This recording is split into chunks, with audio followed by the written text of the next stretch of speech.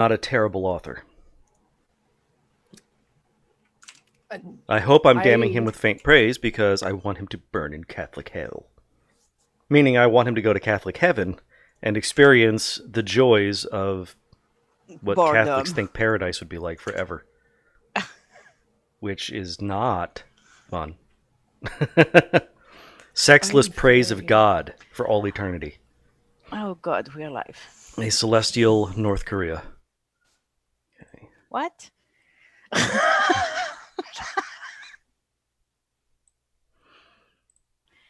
So Hi, we're Ryan. live. Sex with praise of gods. What a way to start the stream. Well, don't you all want to like hear what we just said? And my internet's unstable. Thank you for saying that. Yes. I just noticed that your picture had frozen, and now it has gone very 1990s video. Very, not rasterized. Digitized. Fuzzy. So not like synthwave. No, synthwave would mean it was purple and you were about to be on a lot of cocaine and have sex with a girl with blonde hair that does not move. That's right, lied directly on my microphone stand, buddy. Anyway, welcome to the Alchemy Bench. Hello. So, as you can see, today we have, let's go counterclockwise, Jamie. Hey. And Yuli. Sorry, it was Yami, Hi. not Jamie. It's yam, actually. Yam. Yam.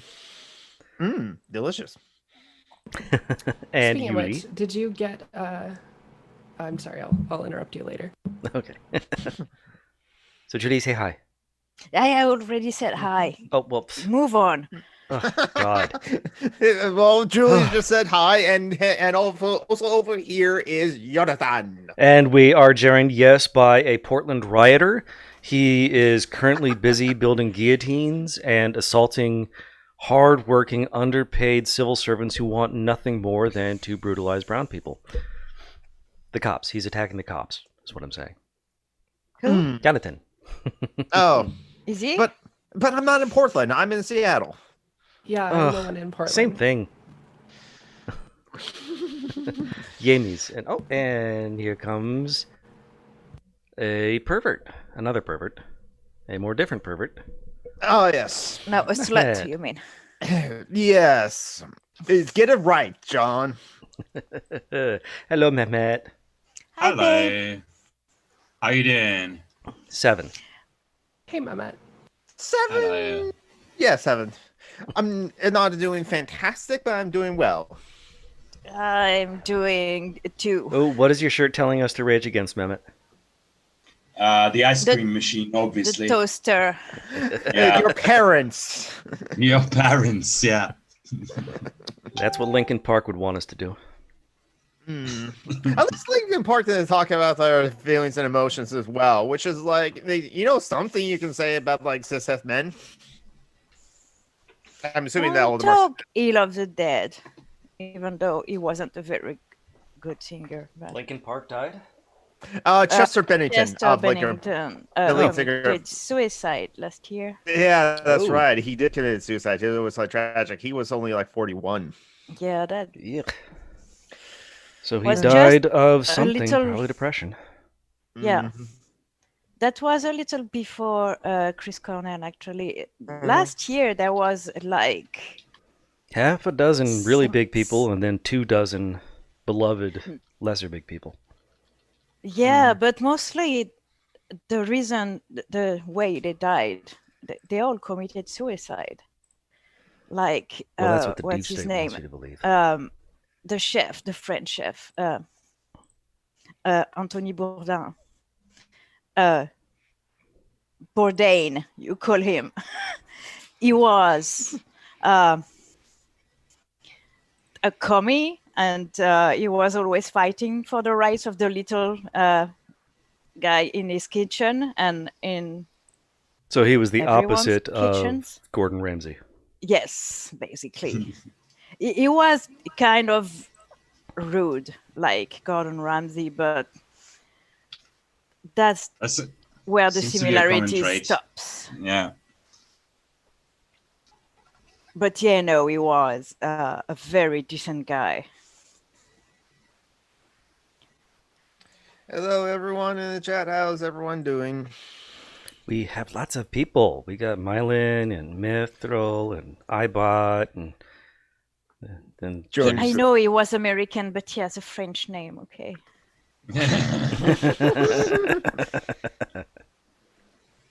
And the French accent. Actually, I think you called him European. I called him French. It's even worse. So yes, the West Coast is on fire, and I A don't lot know if on it's fire. a lot of fire. I don't know if outside, if it's cloudy just because it's cloudy, or those are ash clouds actually, which is very possible. it's ash Your coast is on fire. Mhm. And honestly, okay, so earlier this week, I was like, people were making jokes about like the property damage that gender reveal parties it caused.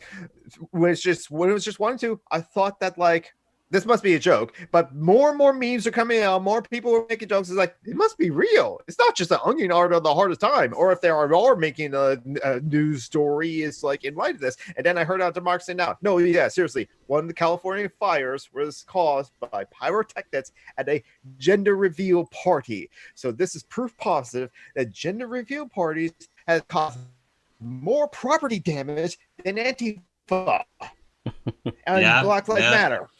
Oh Yeah. God, comrade, I was joking. For fuck's sake! Oh my God. And in a couple of seconds, you'll be able to see a picture posted by Thomas Smith. He lives in California. It is now visible in the YouTube. I particularly appreciate that you put me in the picture so that Yes. it's place accurate.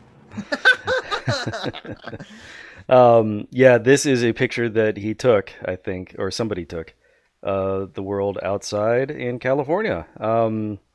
It is lighting appropriate for the apocalypse. Yeah. It's like raining white ash Looks at my house. According to beautiful. Jordan. Yeah, I and some mean, places beautiful, but yeah, then It looks beautiful the way. I mean, murder is a beautiful word, or you see what I mean? Massacre. You know, it's mouthful. It Wow. feels really good, but Be more of a stereotype about a guy from the Middle East. Murder is beautiful. I love massacres. Okay, yeah, we get it. Oh, I come from a land from a far away face. You know, No, where he they cut works off your in ear if they Saudi don't Turkey. like your face. Oh, we lost Jamie. Yeah, maybe in at the instability. I'm having that problem too. I actually did. Turkey isn't in the Middle East. Yes, it is. It's in the It's middle in of Europe. the East. It's not. They're too Well, brown and Muslim to be European. You cannot Well, be a about- Muslim and be European. Okay, Identity Europa taught us that, and they would know they have the identity of Europa. Okay, it's Oh, like yeah, right there in the name. The only problem is about 20 million people. Well, we are for 80 million people, and 20 million people in Istanbul live in Europe, about like 15 to 20, and it's like rest of us are in Middle East. So are we Middle East, or are we a gateway to hell? I don't Yes. know. I Who think the so. fuck knows? Isn't that one of the many names that Constantinople has? That's now is Istanbul. Geographically, you are in Europe. I don't care that you are. No, they're before Asia. The Caucasians. It's called Asia Minor. It's in the name. Yeah, it's in the name. Just like Okay, the, Webster's dictionary soci- defines Asia Minor as the minor part of Asia. Okay. It's like the socialists. What were their names? The shortened one. National Socialists? Nazis. Yes. And the Democratic People's Republic of Korea is proof that democracy doesn't work, and neither do republics. Yes. Or Korea. Or people. I about North Korea when I talk about my socialism, to which I kind of like. You're all talking too fast. Oh. Sorry. And Jim Jam is back. Sorry, Yim Yam is back. Yim Yam, yes.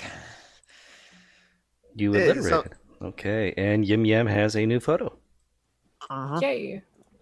Actually, earlier this week, I had a power outage, and I think it might be because it's just services being disrupted by the national fire. No, it's capitalism.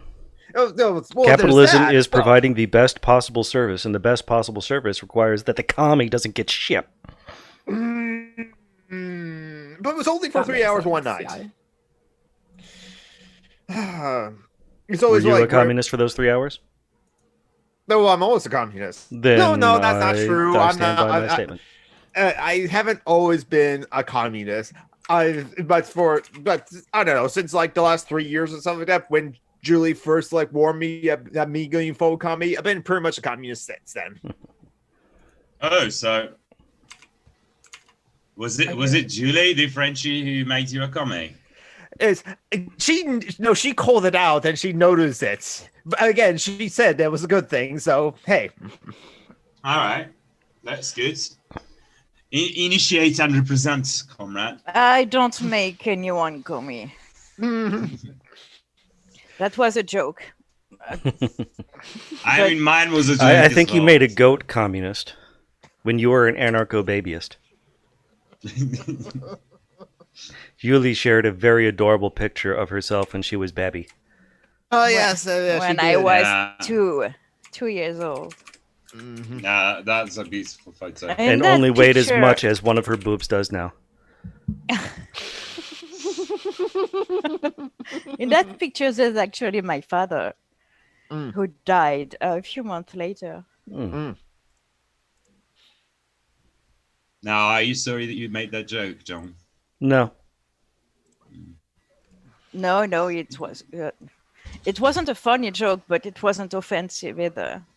Yeah, I know. I'm just. It's about boobs, so I'm not mad, Okay, I'm just trying to be.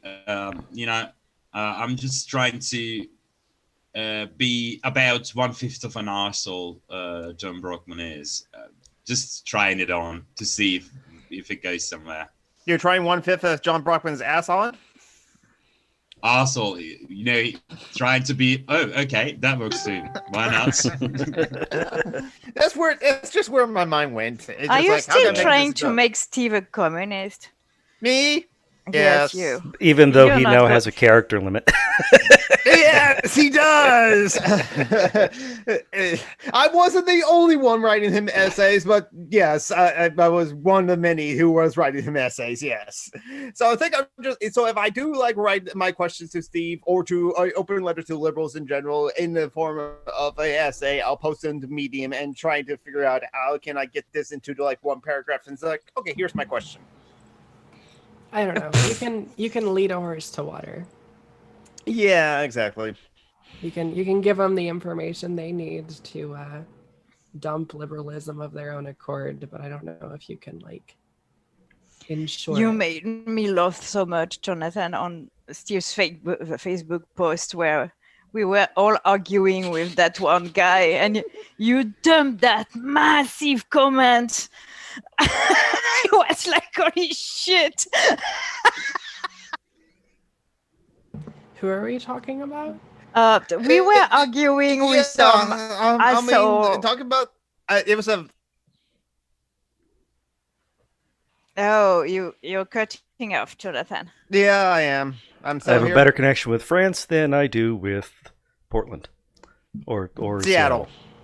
Yeah, same difference. I don't know if anybody's told you, but we're literally on fire. So yeah, it's not near where I am. It's in Eastern Washington, east of the Cascades. So I've seen a video of a vet who took some pictures of kitties that had been lost and badly burned, as to find their owners if they have, but a lot of them have the tip of their ear cut off, so that means they are most likely strays, because the ear tip cut off means they have been neutered and released. Those poor animals are in bad shape. And sorry, I'm That's okay. Party pooper. Mm. So I don't know how many of you heard about this showing up on Twitter yesterday. The reason I named the stream Muslim Appreciation Day is because this is the day after everybody in America takes the time to say where they were when they learned how evil Muslims are. Yeah. Sort of like a previous generation, everybody knew exactly where they were when JFK was shot. We all know Yep. where we were on 9/11. Mhm. But if you look over to the stream, you will now be able to see Yim Yam's avatar sitting on top of Twitter. All right. But Paul Krugman, a journalist. Oh, the guy who said you didn't overreact. Yeah. Sorry. That's funny. Yeah, he's been getting dragged real hard for that tweet. I mean, no shit. Overall, Americans took 9/11 pretty calmly. Notably, there wasn't a mass outbreak of anti-Muslim sentiment and violence, which could all too easily have happened. And while G.W. Bush was a terrible president, to his credit, he tried to calm prejudice, not feed it. I thought when I first read the thing, I thought it was a joke. I thought it was sarcasm, you know? What a fucking Well, dink. We have what was the saying? We have murdered satire and we're sitting on it like a throne. Mhm. It's impossible to tell these days if it's sarcasm or. No, Paul Krugman is a very serious Nobel laureate and master of economics. Economists don't joke. Not ever. It's not And this he's big. going Okay. to say shit like America took 9/11 pretty calmly. Yeah, right. Yeah. Oh my In the last God. 20 years, he obviously forgot a lot. Yeah. Twitter was full of people talking about the ways that they got brutalized and harassed daily in the decades since. It's Yep. yeah, Paul Krugman's a dumb ass. I have a cool 9/11 post to share too. Okay. If you're done, are you done? Yes, Okay. done with Paul Krugman. Unless anybody Yeah. has anything deep they want to say about it, I'd just Mm. Nah, I'm done with him too. I mean, it's clear. I hate share being a on screen. Facebook. You I mouse swear. over, then go down to the bottom. Share a screen. No, she hates the new Facebook interface. Oh, It's more like Twitter. You disabled participant screen sharing. I did not. I did. Only one person can share at a time. You can share all participants. There we go. Now you can share. Is there anything? No. Mm-hmm. Are there any So- boobs? No. Okay. Yeah, it's, there's some right there. It's Isora. Isora is a kid. She's my half sister. So, anyways, Ted, the wonderful Ted Shearers. Mm-hmm. Today marks made, the day we lost Chris Hitchens. No, He he didn't die on this this day. day, but he became a monumental Massive. cunt. Yes. He supported the Iraq War. Mm-hmm. So there it is. Thank you, Ted. I love you. Yeah, because like new atheism kind of like you got some steam after like 9/11 as well. I mean, it's always like pick up some like steam as well, but like after 9/11, it did pick up a lot of steam, and people didn't seem to like it, and some people weren't surprised about the Islamophobia that came out of like the new atheism movement as well, and it's just like. And this is kind of part of why the new atheist movement is like the alt-right movement that that happens.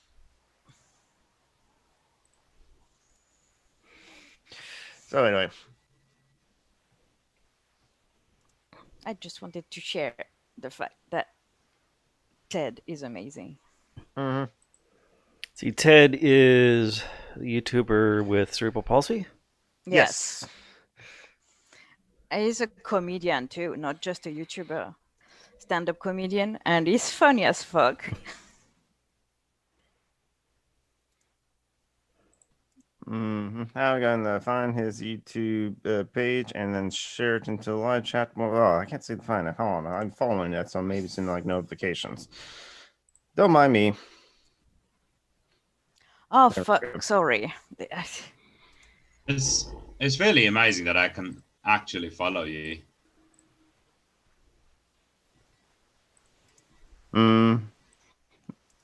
Okay.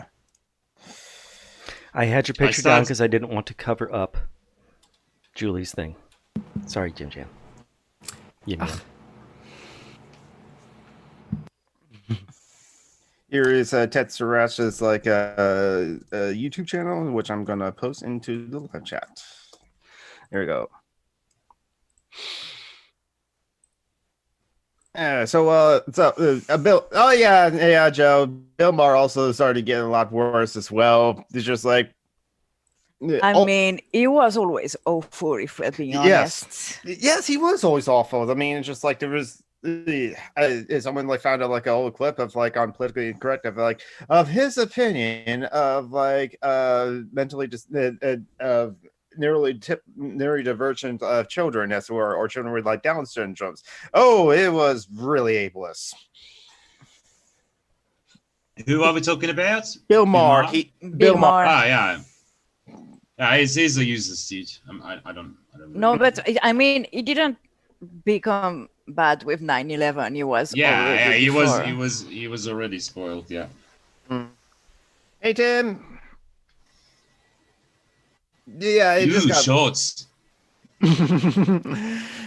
So what else has been happening? Because like we talked about the fires. It was like 11/9 and yesterday, but let's all remember the other like 11/9 as to where when like the U.S. backed like the military coup to like put in Augustus Pinochet in Chile. Yes, people have been talking about that. But what? The military coup that like overthrow Allende in Chile in 1973 to put in Augustus Pinochet and basically bring about start neoliberalism. Yeah. The continuation. Did the world discover the coup in Chile? Well, Americans. Did Americans discover the coup in Chile? Because Chile, yeah, that's Chile. Kind of old Chile. news. Yeah. Oh, kind Yeah, of old. he kind of is. I mean, It is kind of old. I was to be born for I wasn't to be born about 5 years when that happened, as far as I remember. I know, but some people do bring it up on September 11th as well because it happened on September 11th as well. Do Rogan Okay. pander to progressives? I don't think he does. I don't think Joe Rogan panders to progressives that much. It's like No. Rogan panders to right wingers and unthinking centrists, I think. And dude bros, just like any kind of like dude bros, yeah. Yep. Maher is a bit more left of the far right, but just a bit. Yeah. I will be right back. Okay.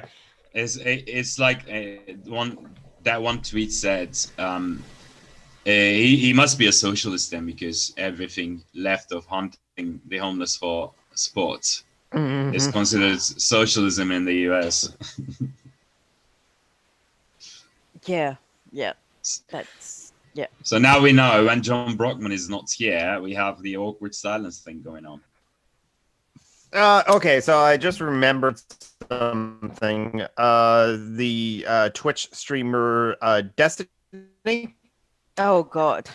Who just like he lost. Oh, my internet's unstable, so sorry if like you can't hear me. Destiny lost his Twitch partnership, but there's still a Discord partnership, so he can still make money off of other platforms. Do we care about Destiny? No, we don't. But just because he's kind of an asshole, isn't he? He went mask off about like in response to the recent protests. Yeah, I was gonna say he lost partnership because of violent threats against anti-police brutality protesters. Yep, he encouraged violence. Yeah, so And we don't really care about Destiny then. yeah, We're allowed not to really, no. celebrate that, you know.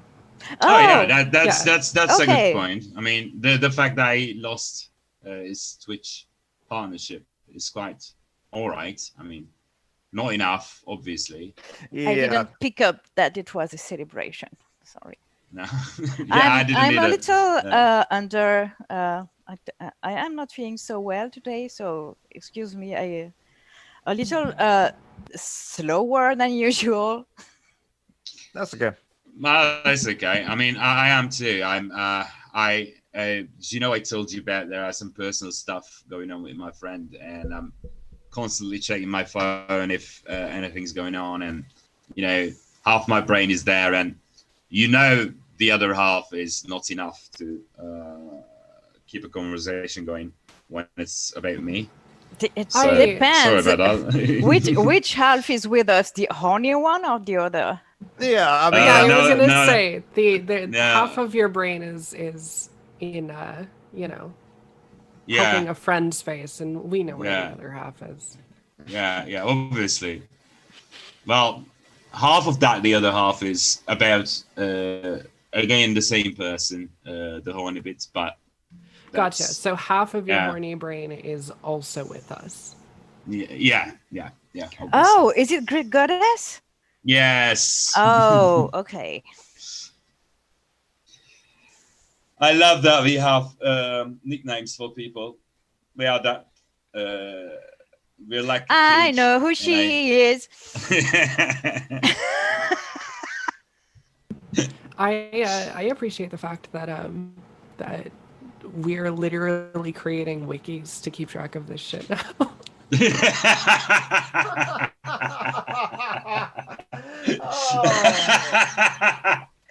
Amazing, yeah. That's a good way to do it. I mean, especially if they're good with content. Oh, not to you know, jump back too many steps in this conversation, but back to Destiny for a moment, if nobody minds. okay. I just want to comment on the fact that his take home in the fact that he lost his partnership with Twitch was that he was losing out on $250,000 because of Antifa a year. Because that was the kind of money he was making through his Twitch partnership.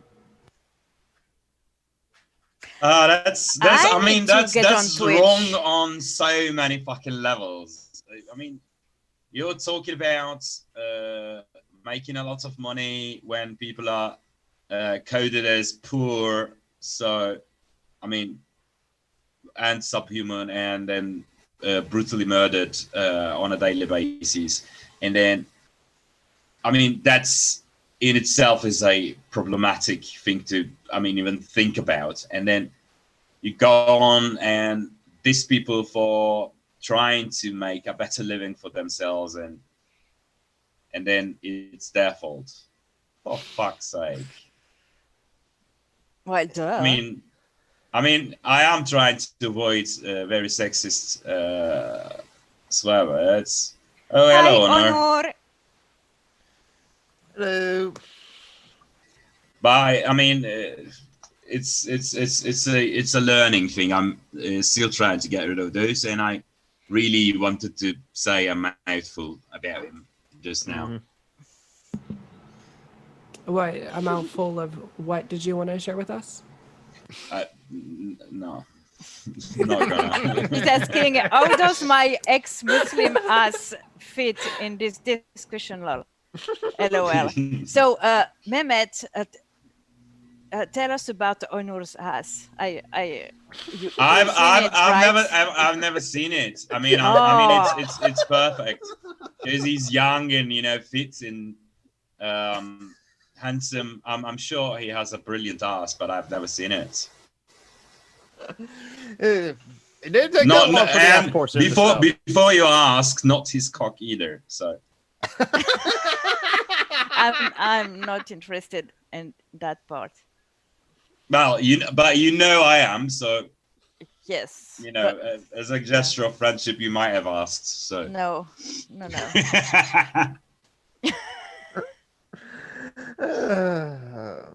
Mm. Something I haven't read the full article, but I think I got the gist of it. I'm going to put it into the live chat right now. YouTube is going to remove plan to discontinue community caption feature. It's a feature where community members of the YouTube channel can create captions for the videos and for the to give it to the content creators. This is a useful feature not only for accessibility. Oh, but the community on those people who pay. No, it's just like I don't think it's subscribers. I think it's just the how is it called? There's a thing where you can. It's just voluntary created concept will just be removed as well, or try to fix the issue of it. But like, it does remove basically. So now, if a content creator wants to create other captions for other languages, they have to do it themselves. And we lost Jamie again. And the subtitles, you mean? Yes, the subtitles, closed captions. Okay. Now, the automatic closed captions are still going to be there, but it does. Yeah, but automatic closed captions are shit. Exactly, and also, if the content creator is like the English speaking, as only 5% of the world have native English speakers, but yet 25% of the content on the internet is in English, and so yeah, but more than 25% are English speaker, not native, but. True, but the whole of Europe knows how to speak English. The Asia, they all know how to speak English. But it still kind of like shows how basically the West rules the internet in a way, but not necessarily the West, but okay. Yeah. It comes from English colonialism. Oh yeah. That's what. Yeah, exactly. That's the point I was trying to make. And with the removal of these of community members being allowed to submit closed subtitles, essentially does limit reach that those videos can have, because it used to be that content creators would get viewers to submit captions or subtitles for other languages, and that was a very no, we are not Comrade iBot, even though that's a good point, but no, that's not the point. The point is whether or not it's fucked up, we need the ability to make subtitles for YouTube videos, whether it is for people who don't speak English and want to understand, or people who speak English but for videos that aren't in English. Yeah, exactly. It was a useful tool for content creators to use, and they're remove it to try to help deal with abuse of the services or something like that. And yeah, I don't understand it. I don't. How do you abuse it? I mean, the system, that system. But I didn't understand. I couldn't understand what the problem was with the community provided closed captions. I'm trying to catch. I mean, it's a fucking useful and kind of necessary thing now when you think about it, because there I are guess people the problem who is they don't want to. I guess it's the same problem than Google they Hangouts. think it's redundant.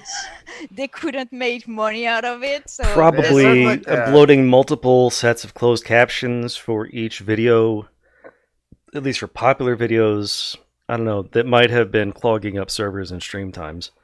Because you think about it, the closed captions have to be appended to the video and given, I don't know, timestamps or something like that. But I can see how it might cause a clogging problem for really popular videos to have 3, 5, half a dozen languages. I've never seen any closed caption file that is larger than 100 or so kilobytes. Yeah, it's then never mind. I have no idea then. Then I have no idea. I think it was like people were abusing the feature for harassment or something like that. Yeah, And Honor says this will be a very good faith guess, but they could be aiming to prevent people from submitting troll captions. Then all you have to I do think is- that's the excuse they're giving. Then all you I have mean, to do is make it so that only moderators can do the Yeah, thing, or something like approved that. users. It's really easy. I don't know. Your image isn't in the right. well, that's because like oh, okay, that image is like Yes, I can't read that. I'm going to hurt my neck if I try. Jamie It keeps says- Yeah, she keeps Dropping, yeah. dropping. Yeah. dropping out.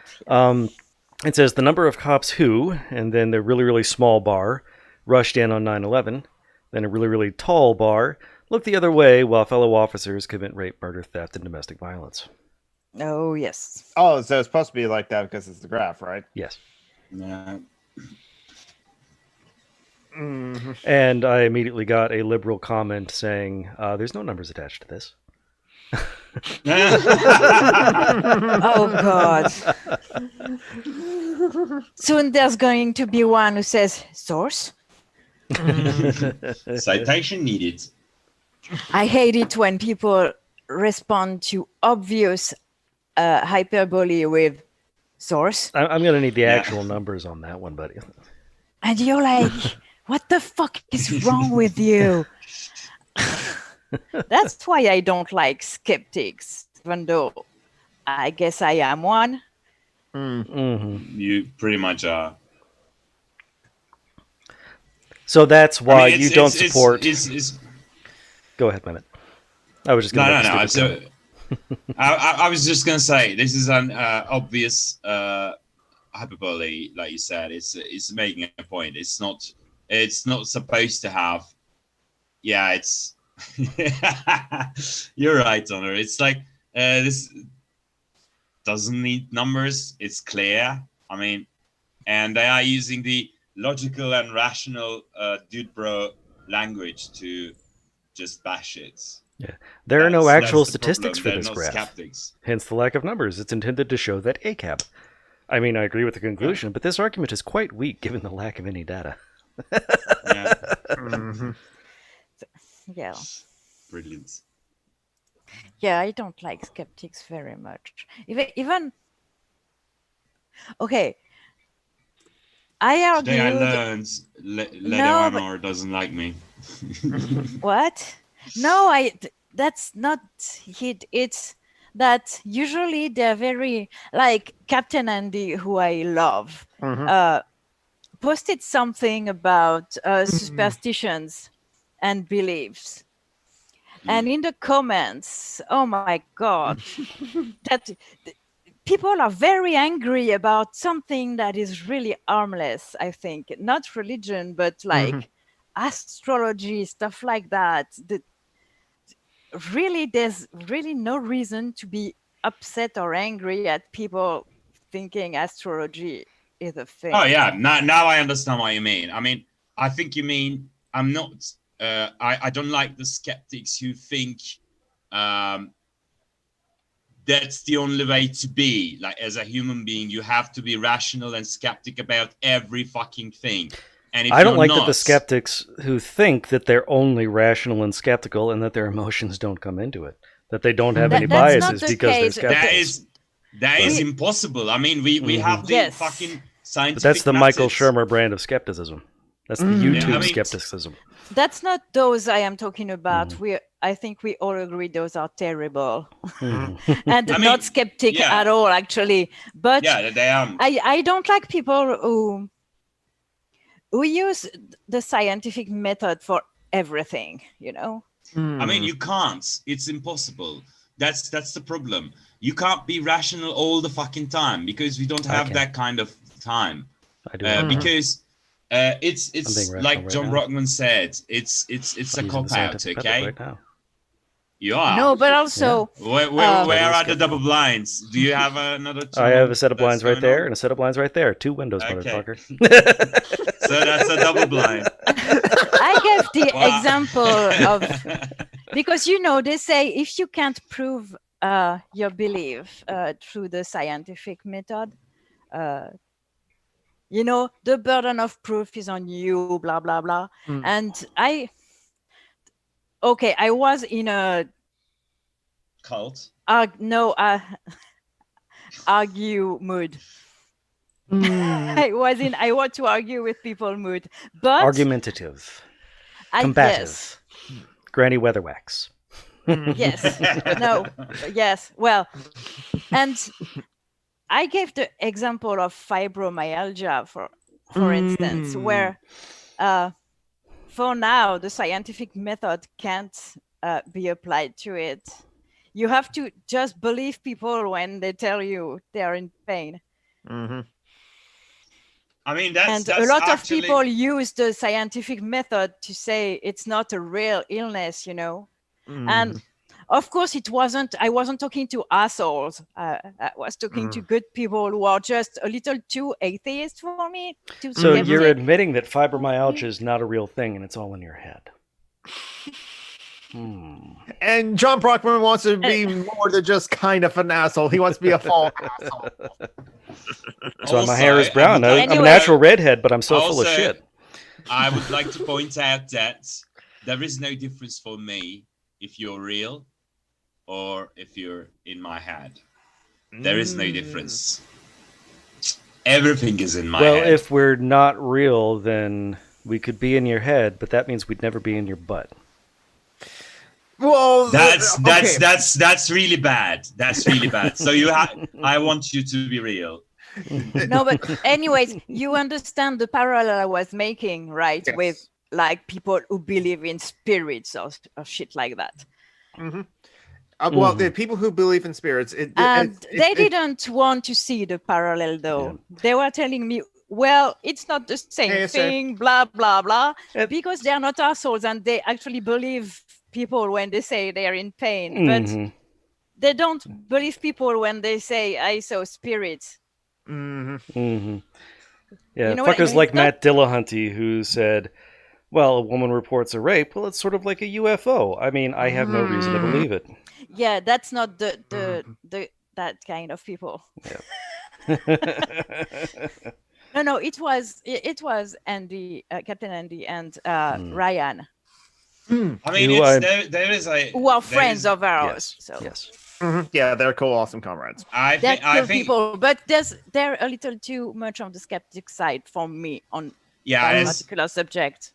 That's what I was going to touch. It's the issue, isn't it? Like, Hi, SJA. trying to be rational and scientific and skeptic about everything is all right. Trying to be, but you have to recognize that when you say I'm a rational person and come up with a statement. Say this and this, and since I am a rational person, this statement has to be rational. That's a begging the question kind of shit. That's, you see what I mean? You don't know if you're being rational. You can't know. That's why we have the fucking scientific method. Yep, rationality has to be a consensus. You have to apply it, and there has to be consensus, like you said. So you can't say I'm rational, therefore what I'm saying is rational. That's the line people tend to cross. Oh my god, with the hair. No, but also I don't get the anger at superstitions that are mostly, well, even not mostly harmless. I mean, yeah, I get that you have to be mindful of cults and shit like that. Even organized religion can be dangerous. But come on, no one who believes in tarots and astrology is dangerous. Yeah, and I'm not at the point. It's just like if someone else spends their money on it as well, so long as long as it's like not unhealthy to like dive into that sort of thing. Yeah, see, John, this is why I get like I don't wear over the head like headphones or anything like that. I always get like buds or something like this because that way I can like wear the hats as well. There's only some hats I can still like wear with oversized headphones or like the headphones over the hat. Okay, SJ. But yeah, my point was let people enjoy things. Even I mean, I don't believe in astrology anymore. I don't believe in spirit. But what about like traditional supernatural Chinese medicine? But if people let people have their thing, for fuck's sake, as long as they're not trying to embriagate others and they're not harming anyone, let them have their thing. I mean, like when I was like sick with the cold at Thanksgiving one time, I decided, sure, I'll let my stepmom. I did some like alternative medicine that's a word of coining, where it's just like, and that was supposed to help. I also took like and cold medicine and then rested as well, so I felt better because of that. The coining was interesting, but at least it was free as well, so I didn't. What the fuck about Charles Manson Mithril? What are you on about? Charles Manson was big on astrology, I think. Helter Skelter. Was he? I don't know about the rest of this podcast, but I just want to step in and say I absolutely do believe in spirits, especially this year. Like, oh my God. Definitely believe in spirits. They go really well with Red Bull. Yes, exactly. Those are spirits I do believe in too. Yeah, I was working up to an alcohol joke. Jamie, make a pun. Oh, and David isn't even here. That's right. And so also, I judge you for mixing it with Red Bull. I mean, Diet Dr. Pepper all the way. Oh no, it's sugar-free Red Bull. Okay, sugar-free Red Bull. But the Diet Dr. Pepper does taste a little bit better than like sugar-free Red Bull. That's in my opinion. But like, I'll mix anything together. Tequila and rum, why not? It's interesting. I prefer the rum part of it. That's a good take. Ono says, I wonder why skeptics don't utilize their skepticism on their own views. Is it because that would be dialectical materialism and that will make them accidental communists? If you're talking, Jamie, if you're talking about Mehmet, it's a pretty well-known. Oh yeah, I'm not a bottom. I'm a switch. Okay. An absolute slutty switch. Yes. Yeah, but he's fucksawed his way through half of Turkey. The fans are all tops, so you know. Oh, there is that. Yeah, the fans are like all tops. Yeah, that is true. This is a podcast that is entirely populated by tops and some non-women too. Mm-hmm.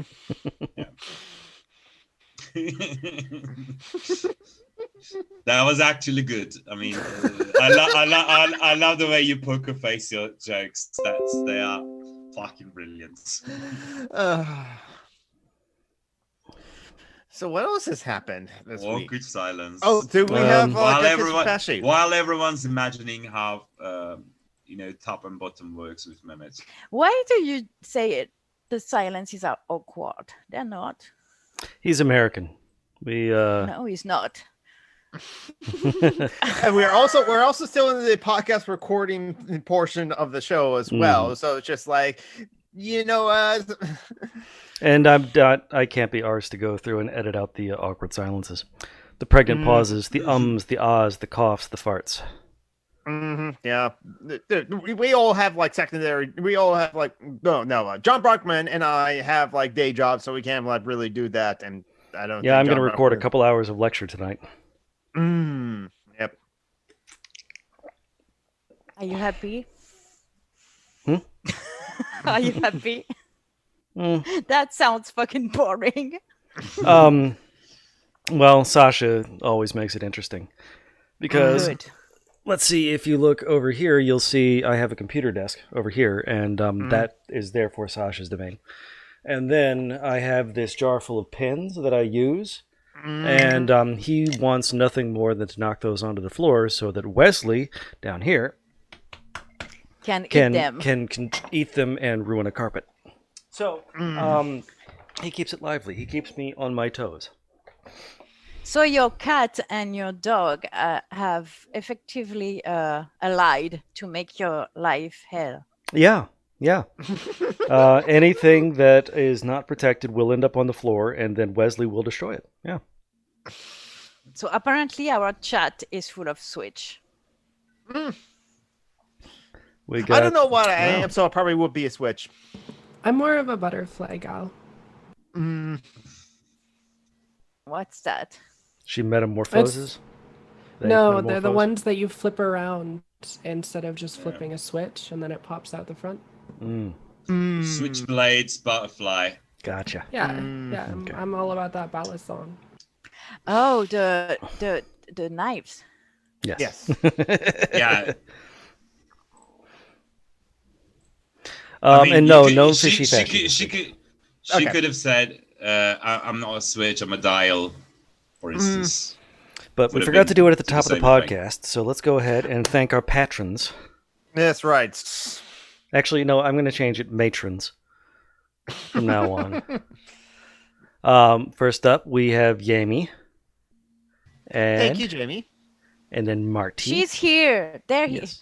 What's your pronoun now, Jamie? I think you have changed. My pronouns are he, here, they, them, or she, her. Oh, okay. Okay. You're still using she. Okay.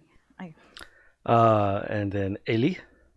Thank you, Ellie. Thank you, Ellie. Thank you. And then we have Yo Who's in the chat? Thank you, Mhm. Yo. and Mylin. Thank you, Mylin. A couple of fuckers, and then Tim. Thank you, Tim. Who's also in and chat. thank you, Thank you, fuckers. And then Von Reck. Thank you, Von Rack. Thank you to our patrons. We use those money to pay for a couple things and then give it all to whoever's in need. Oh, speaking of which. Geek doesn't need the money. Geek has all the links that he's going to put in chat. No, Yeah. just one link with all of the links. Yeah. Joe says not a Switch, more of a Wii. A Wii U. Oh my god. Fuck you. Yes. You will get the first Shut Up David of the day. Yeah. I like to play with my Xbox. Yeah. Vagina joke. Yeah, I got that. I was gonna wondering say. if because I always miss those. No. So I mean, box as an euphemism is a weird one. So getting there took Because me a it's more of a moment. tube. Yeah. Yeah. So YouTube could be made into that. okay, new rule. But that If you will be a don't, private if joke. you don't have a vagina, you don't have a right to speak about it. Shut up.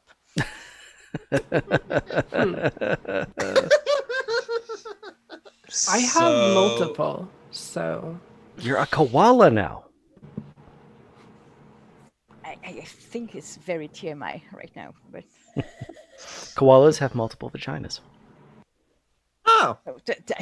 not koalas, Jamie's. But yet there I are don't care about fucking koalas. but there also are animals that only have one orifice. So Mhm. Yeah, Cloaca. yeah, they're it's they're called a cloaca. birds. Birds and reptiles. Mhm. Oh yeah, well they're kind of the same. and as Jamie says, Dinosaurs. yeah, and as Jamie said, there are certain insects that have a cloaca. Oh yeah, and bird. And then you have marsupials, Makes which sense, can yeah. have up Would to 4 do that. vaginas. I think. I know there's several that have 2. Oh. Or non-monogamists. Oh yeah. But do you really have? Can you ever actually have an? Well, if it's a slave relationship, maybe. Yeah, I was gonna say you don't judge my kinks or lifestyle. Jeez.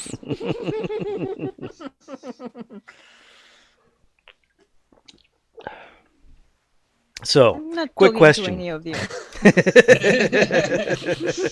Quick question.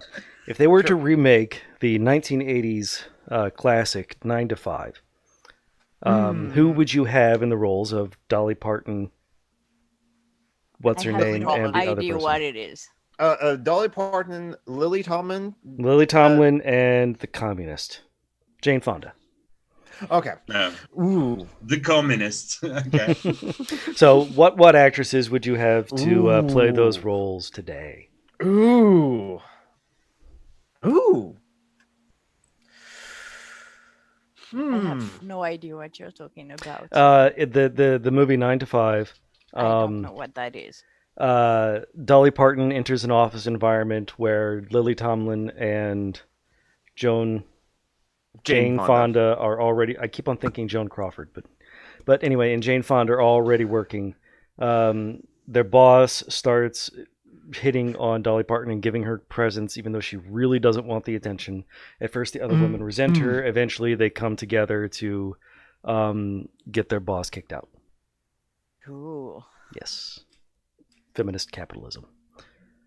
But except for the fact that they immediately turn around and make the workplace a much more open, welcoming, happy environment. And then the overboss comes in and says, "Wow, this is awesome. You're going to have to stop doing all of this, but it's awesome." Maybe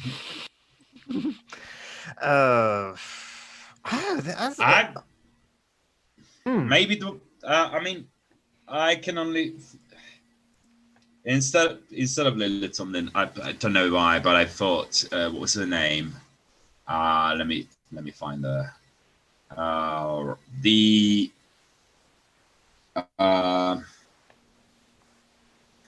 Birds of Prey. Oh, Maggie Robinson.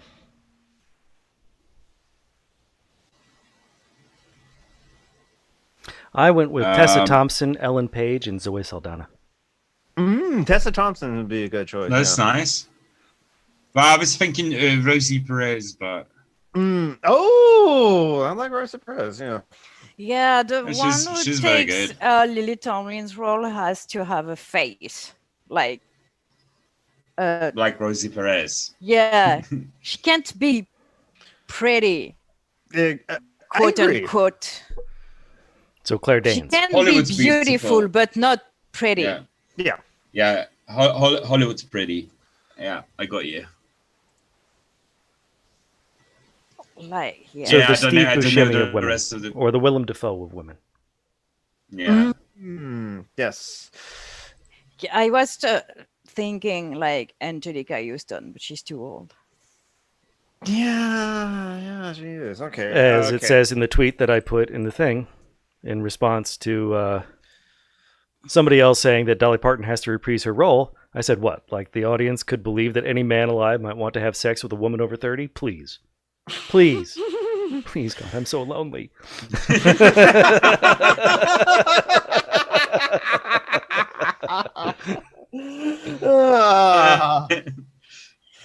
They had us in the first half. Oh yeah, Mithril says Lady Gaga for Dolly Parton. That would be interesting. That would work. Yeah, I can see that actually. Oh, good call. Okay, so Lady Gaga, Rosie Perez, and Yeah. which works. one for Jane Fonda? Tessa Thompson. You said like a Mehmet. That's I why I didn't. said Tessa Thompson, Ellen Page, Zoe Saldana. But There are a lot of... it has that person has to be a communist, so I'm gonna say Britney Spears. Yes. She's been acting. Not well, but she Yeah. has been acting. I mean, Not well. It depends in what you have seen her. I saw her in How I exactly. Met Your Mother. oh Yeah, same. She has done flicks on SNL that were just brilliant. And I also can believe that like there's a lot of people that like if you have the ability to just be able to act, you need a good director, and you need to cast them in the right role, and then you get a brilliant performance out of like almost anyone as well. If you cast them right and give them good enough directions, so provided should they direct? have it. Ooh, Alternative to Britney, even if I love the idea, Brie Larson. oh, Yeah. Brie Larson would work. Yes, actually. Yeah, that would work. Have you watched the Hot Ones I sent you, Mehmet? Yeah, yeah, I have. Well, She's Brie Larson. so cool. The thing about Brie Larson is I wouldn't mind watching her play anything from King Lear to, I don't know. The shark in Jaws 5. Yeah, that works. I mean, that would actually be fucking awesome as well. But you know what I mean. I could watch her playing anything. Mithril says, "I'm more than just a terrifyingly ugly face. You're not ugly. Shut up." Hard disagree. Shut up. So terrifying, yes. Ugly, no. So who should direct a remake of 9 to 5? Taika Waititi. Okay. Yeah, that works. About. I was thinking Greta Gerwig. Film very queer as well, so I'm down with that. Or the one guy that was fired by Disney for making a good movie. Ryan Johnson. Yes. Honestly, at this point, I was thinking of the guy who did Guardians of the Galaxy and Guardians of the Galaxy 2, who got fired because neo-Nazis dug up some really old tweets he made. James Gunn. Yeah, Mike Stern Gunn. Mike Stern should take up really old tweets from him from 10 years ago and did a whole campaign just to get him fired. Yes, which it caused a whole thing, but it really ended up working because eventually James Gunn got back on. The cast was not going to a stand for James Gunn not being part of the Guardians of the Galaxy. Yeah, they dug up work from 15, 20 years ago. I mean, you dig up shit I did 15, 20 years ago, I might go to prison. I mean, yeah, same. Yeah.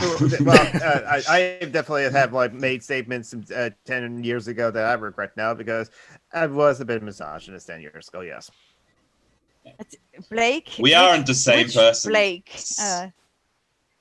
John, I don't understand that meme. Oh, that's from the D&D podcast that I do, Dungeons and Debacles. Oh. Blake played the character of Juliet. Yes. Yeah. the Eldritch, the Dragonborn Eldritch Knight. Eldritch Knight Wizard. Yes. Mm-hmm. What, did they betray you again? Yes. Yep. The second time, and that is why we're not playing a heroic party. Once again, we're on our third party. God. Peter Jenkins, that would be a good director as well. Patty yes, Jenkins. Patty Jenkins. What does she did Wonder Woman. Wonder Woman and Monster. Yeah. Okay. I'm not. Oh, the Monster was really good. I'm not. Even though you're not, I don't know. Wonder Woman was meh for me. That's fine, but I think Patty Jenkins is still a good director. Yes, she had to fight tooth and nail to get certain scenes into Wonder Woman that turned out to be the iconic scene where she comes out of the trench, charges the tank, and flies into the church. That scene is amazing. Yeah, she had to fight for Wonder Woman to be Wonder Woman, for fuck's sake. Really? Yes. That's the best. Exactly. That's the best scene of the movie. That is the hair-raising, awesome scene where she just says, "This is why I'm here. I'm here to help people." It is when she finally donned her tiara and removed her coat, and we finally see her as Wonder Woman. Full armor, shield, sword, charging a battlefield so that she can help protect people. That is Wonder Woman. That's a fucking hero. Why would she have? Because it didn't fit with the Zack Snyder best... libertarian bullshit where they don't want to be heroes because they're assholes. I forgot it was DC. Sorry. Yes, it was DC. Yes. No. The problem isn't necessarily DC. It's the DC movie version for the Zack Snyder verse where everybody is a monster. Yeah, because what's his name? Shazam was DC, and it was awesome from beginning to end. Yep. Yes. And, there have been a lot of people who have written Superman and Batman incredibly well and made them good people. Yes. Yep. Zack Snyder did not. Even fucking Tim Burton. I mean, the Tim Burton Batman had some problems, but... Oh man, it's been so long since I saw them. I still have not seen Batman Return either all the way through. I am a sucker for and I forgot his name. So the Michael actor. Keaton? Yes, Michael Keaton. Yeah, I mean that was love a good him. choice. A lot of people had a lot of problems with that because he was only known as a comic actor, and I guess Tim Burton just had the knowledge that if you want a really good dramatic actor, bring in a really good comic actor because comedy's the hard one. Yes. I mean, Tom Hanks did comedy before he did Philadelphia. Philadelphia Story. The only actor I know who went the other direction was Leslie Nielsen. Yes, that's true. Yeah, Leslie Nielsen did a lot of that serious work. And Is he the Naked Gun guy? Yes. Oh God. And Has he Airplane. done something?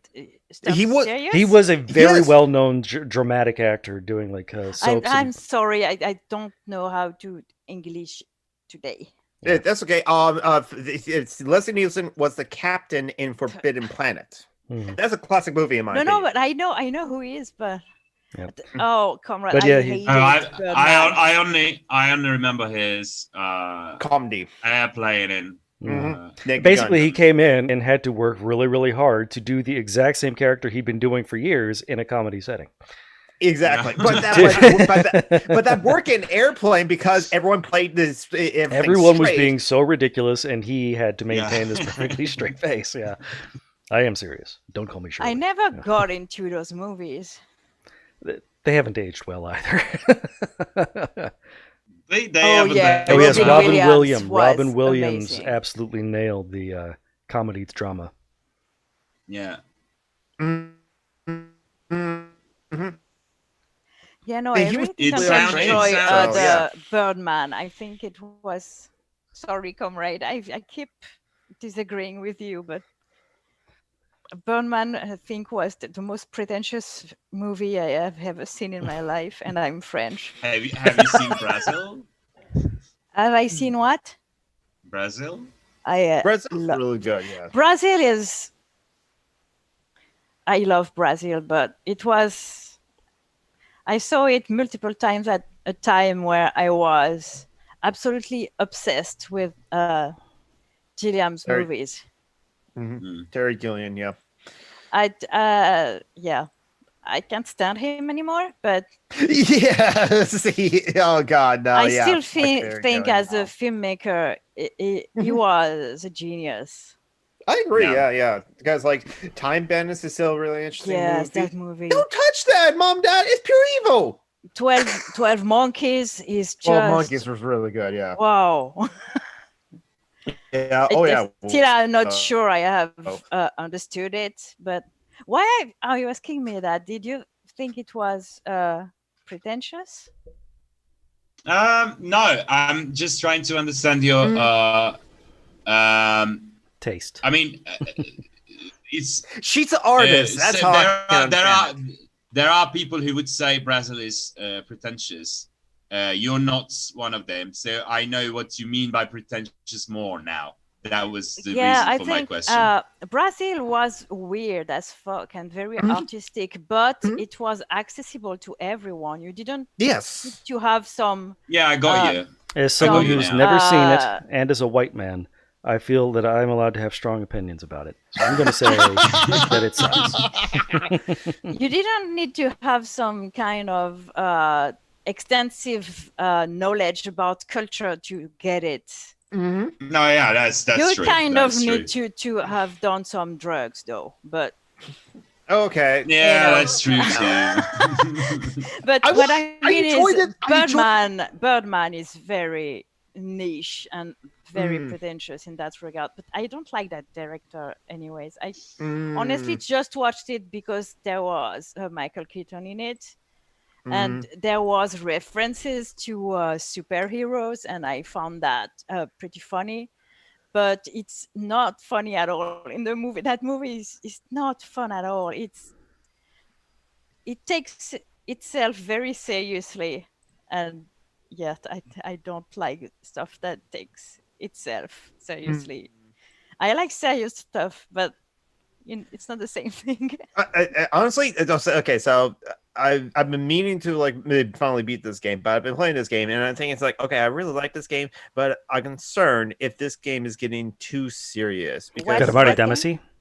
No, Final Fantasy 7 remake. I'll just say that spoilers, but like, or minor spoilers, really, because because I was right. This game, I want this game to like not be too serious. What game? I don't. Final Fantasy Final 7. Fantasy 7 remake. I was playing that. Okay. Minor spoilers for it. I know nothing about Final Fantasy, and I don't give a shit. So It's okay for me. So I was afraid it could get too serious, and then I find a house. I just find a haunted house, just a big house. That's the boss battle, and I was like, I fought a house. One of your characters is a stuffed animal riding another stuffed animal. I mean, okay. One of your characters is a talking dog. Yeah. One of your characters is a horror movie monster, slasher film monster. Yes, exactly. So the game Well, was only if you go into the mansion and yeah, he's what an are you optional talking character. about, Joe? sure. Sorry. Any art lately, or Has just anyone bad made takes? any art? Yeah, related- I'm wondering if it's Terry Gilliam because Probably just Terry bad takes. Oh, Terry. Probably. Okay. So so. I don't know who Joe's referring to. We know that Terry Gilliam makes really bad takes, but like I don't know about the director. Because he hasn't made any movies lately. No, since I don't think he managed to make a movie since Parnassus. Yeah, the that was the last one, Terry Imaginarium of. Let's see. Because his Don Quixote was, he didn't manage to make it. He wrote Fear and Loathing in Las Vegas. Mhm. Oh, I didn't like that one. I did, but yeah. He's done some documentaries. That one was way too niche. Recently, he wrote The Man Who Killed Don Quixote. That's the last thing he did. Starring Kylo Ren. And now he's got a Time Bandits TV series coming out. Mm-hmm. Yeah, As so a director, he's recycling The Man these Who old Killed Don projects. Quixote. Oh, also The Zero Theorem back in 2013, whatever that was. Mm-hmm. Looks super pretentious. The movie poster is just a bald guy with a prominent nose, prominent chin, and a galaxy brain. A hugely talented but socially isolated computer operator is tasked by management to prove the Zero Theorem, that the universe ends as nothing, rendering life meaningless. But That meaning sounds is what he boring, already craves. But Yes. it's probably not, but I mean, I'm over that guy, so I don't care. Yeah. He did The Brothers Grimm. They did do the Brothers Grimm, yeah. I did like that movie. A lot of people didn't, but Yeah, they didn't. It wasn't cohesive enough for a lot of people. I mean, it wasn't up to Gilliam's standards, but it was a good movie, I thought. Okay, The Adventures of Baron Munchausen. Please, everyone, at least see it once. The Adventures of Baron Munchausen is a good movie. Unless you were over Gilliam already. Yeah. To be fair, if you don't like Gillian stuff, then I don't recommend Adventures of Baron Munchausen. But if you've seen like at least Time Bandits or Brazil or 12 Monkeys, and you dig those kind of like movies, watch Adventures of Baron Munchausen. But pirate it in a video game. Oh, right. Because the man himself is a piece of shit. I wonder if you can make a video codec in Minecraft. I mean, you can. You probably can. You can use Redstone to develop the logical circuits to create a hardware implementation of like. That is not going to decode video in real time, but you can do that. And Mithril, I totally agree. That like John Cleese is another reactionary prick. Yes. Pretty sure that all of them who are still alive are pricks, but Yeah. Because at this point it's just like I mean they're old white men. What do you expect? Yeah, and except for Telly Not Gilliam. everyone They can were be really Ian progressive McKellen. for 1971. Yes. Not all of them can be Ian McKellen and Patrick Stewart. Stewart. True. Yeah, and except for Telly Gilliam, they all from like They need to get married, overthrow the monarchy, and set up a new monarchy as the two gay dads of Britain. Even though Patrick Stewart's isn't not gay. But Patrick Stewart said Joe get married to Ian McKellen. Yes, I agree. I mean, like Tim Minchin says, if they if there are conversion therapies for gay men to go straight, I mean, why can't they do it the other way around? Because they don't work. I know. I mean, he knows too. I don't believe in heterosexuals. They are against my religion. I mean, that's why I am polysexual, because I have to admit, I've met non-binary people that I'm attracted to. How is Palin still alive? Michael Palin, I don't know how Michael Palin's still like. He just like travels around the world. That's all he does. Oh, I thought he was dead. No, well, okay. So that's the last I Okay. knew. The last I know of his work is that he has done like travel documentaries for PBS. Like done his own version of 80 Days Around the World, in 80 Days. He has done Pole to Pole. He has done like the Full Circle as in the Ring of Fire, where he visited Okay. Seattle one time. And the last one I saw him did was he did one inspired by Ernest Hemingway. So yeah. He can have a platonic sexless marriage with Ian, Um, yes, but he's already married to someone that he loves, I think. So I don't think it's going to divorce just to marry Ian McKellen to become the new Queen of England. I mean, they can still bromance. They can still just bromance and not They're bromance official. as hell. Why would he have to divorce anyone to start dating Ian McKellen? They didn't say dating, they said marriage. Oh, why would you need to divorce someone to marry Ian McKellen? That's right, Jamie. We need to change those laws. Because Yeah. for now, polygamy Well- isn't legal. Well, but it would be if they were king and queen. They could do whatever they wanted. They're above the Also, law. this wouldn't be polygamy. Polyamory. It'd be This would just prima nocta. polyandry. True. I mean, it is legal at least in one I city in thought Massachusetts. polygamy was about marriage. No, polygamy is when one man can marry multiple women. That is technically the women polygyny, do not I have- think. No, that's polygyny, I think polygamy is technically marriage. more than one person, and it means or multiple spouses, multiple marriage. Mm, Polygyny but- means but- multiple but- wives. Polyandry means multiple husbands. Because like monogamy is not about women, right? Hmm. But I still, think so. Well, I don't care, but I agree no. with. No, I guess you are right. I'm sorry. I just haven't Webster's looked this up. dictionary defines polygamy as No, I was looking into this on a polyamorous resource. because yeah, polyamory. Yeah, I agree. Most, as polygamy it should almost be. always means multiple wives because it's mostly taking place in patriarchal cultures. But Yes.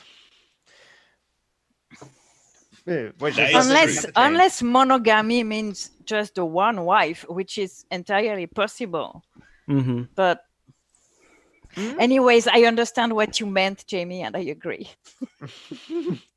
Even though I am very monogamous, I think polyamory should be legal, I guess. I think it's interesting that apparently polygamy excludes group marriage, which Hey, I hey, had no Marty. idea. Hi, So, Marty. Marty. Yeah. Hello, Marty. I think we should like allow group marriages. Absolutely. I do. I too, think we but need that- fully automated Yeah. luxury space communism. But Yes, definitely. group marriage would be multiple people joining into the same marriage, as opposed to one person marrying multiple listen, people. hear me out. No marriage. How about yes? Just everybody does whatever they want. Yeah. So I don't Abolish mind- marriage. But I don't mind people having their own rituals for Mhm. whatever religious practices that they have. So, but like, I don't think that everyone should just get equal status anyway, as well, no matter what. I didn't say monogamites, but I did.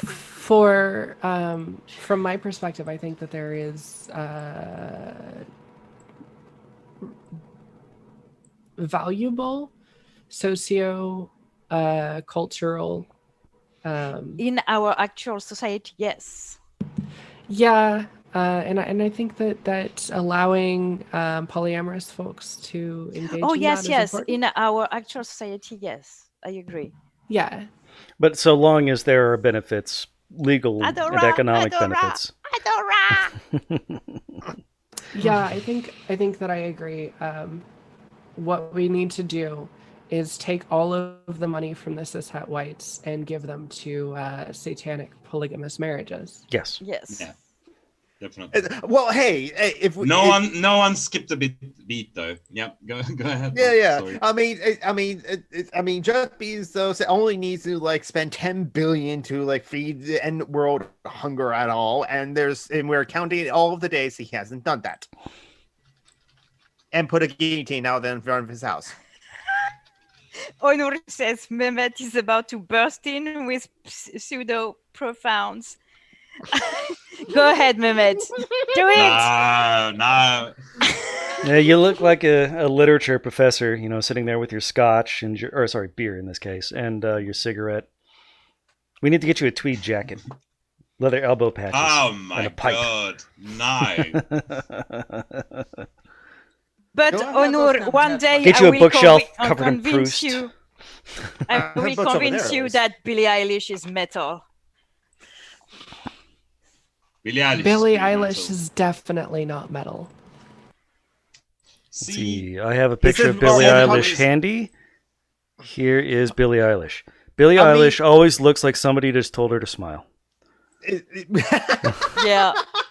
So now the thing is, for like, you think it's not metal to have a fucking tarantula get out of your mouth? I don't think It's that metal her as music fuck. is metal. I'm I not don't- talking about that fucking Metal is an music. attitude as much as it's a music. I'm talking about her. yes, I knew that the Jew is going to get passionate about this. She's not a guest, Onur. And yes, she understood just as you did, but we're not talking about her music. yeah. Wait. Billie Eilish is going to be our guest. Why did nobody tell me Billie Eilish is No, our it's guest? talking about I you. would love that. I know Oh, nothing yeah, about no. Billie Eilish or her You'll- music, but You'll get I would tired would still of love it it. totally soon enough. lose my Don't worry, Anna. shit like hell. Yeah. Have you seen? Oh, I was just with Aaron. Imagine Billie Eilish. Yeah, you did like fangasm when like we were going to have Aaron Rabinowitz on, and that was an interesting show. Oh, that was awful. You couldn't No, stop for real, insulting he- Thomas Smith. He hates me now. Well, we should then have him back on to put that to bed. Wait, we're putting Julie to bed with them? I mean, that can That's solve what some problems, that's what you're but- taking out of it. He's married. I'm taking lots of things out of it.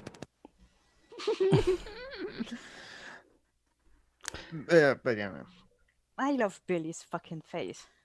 That's all I'm going to say. I want to be her mom, okay? Mm.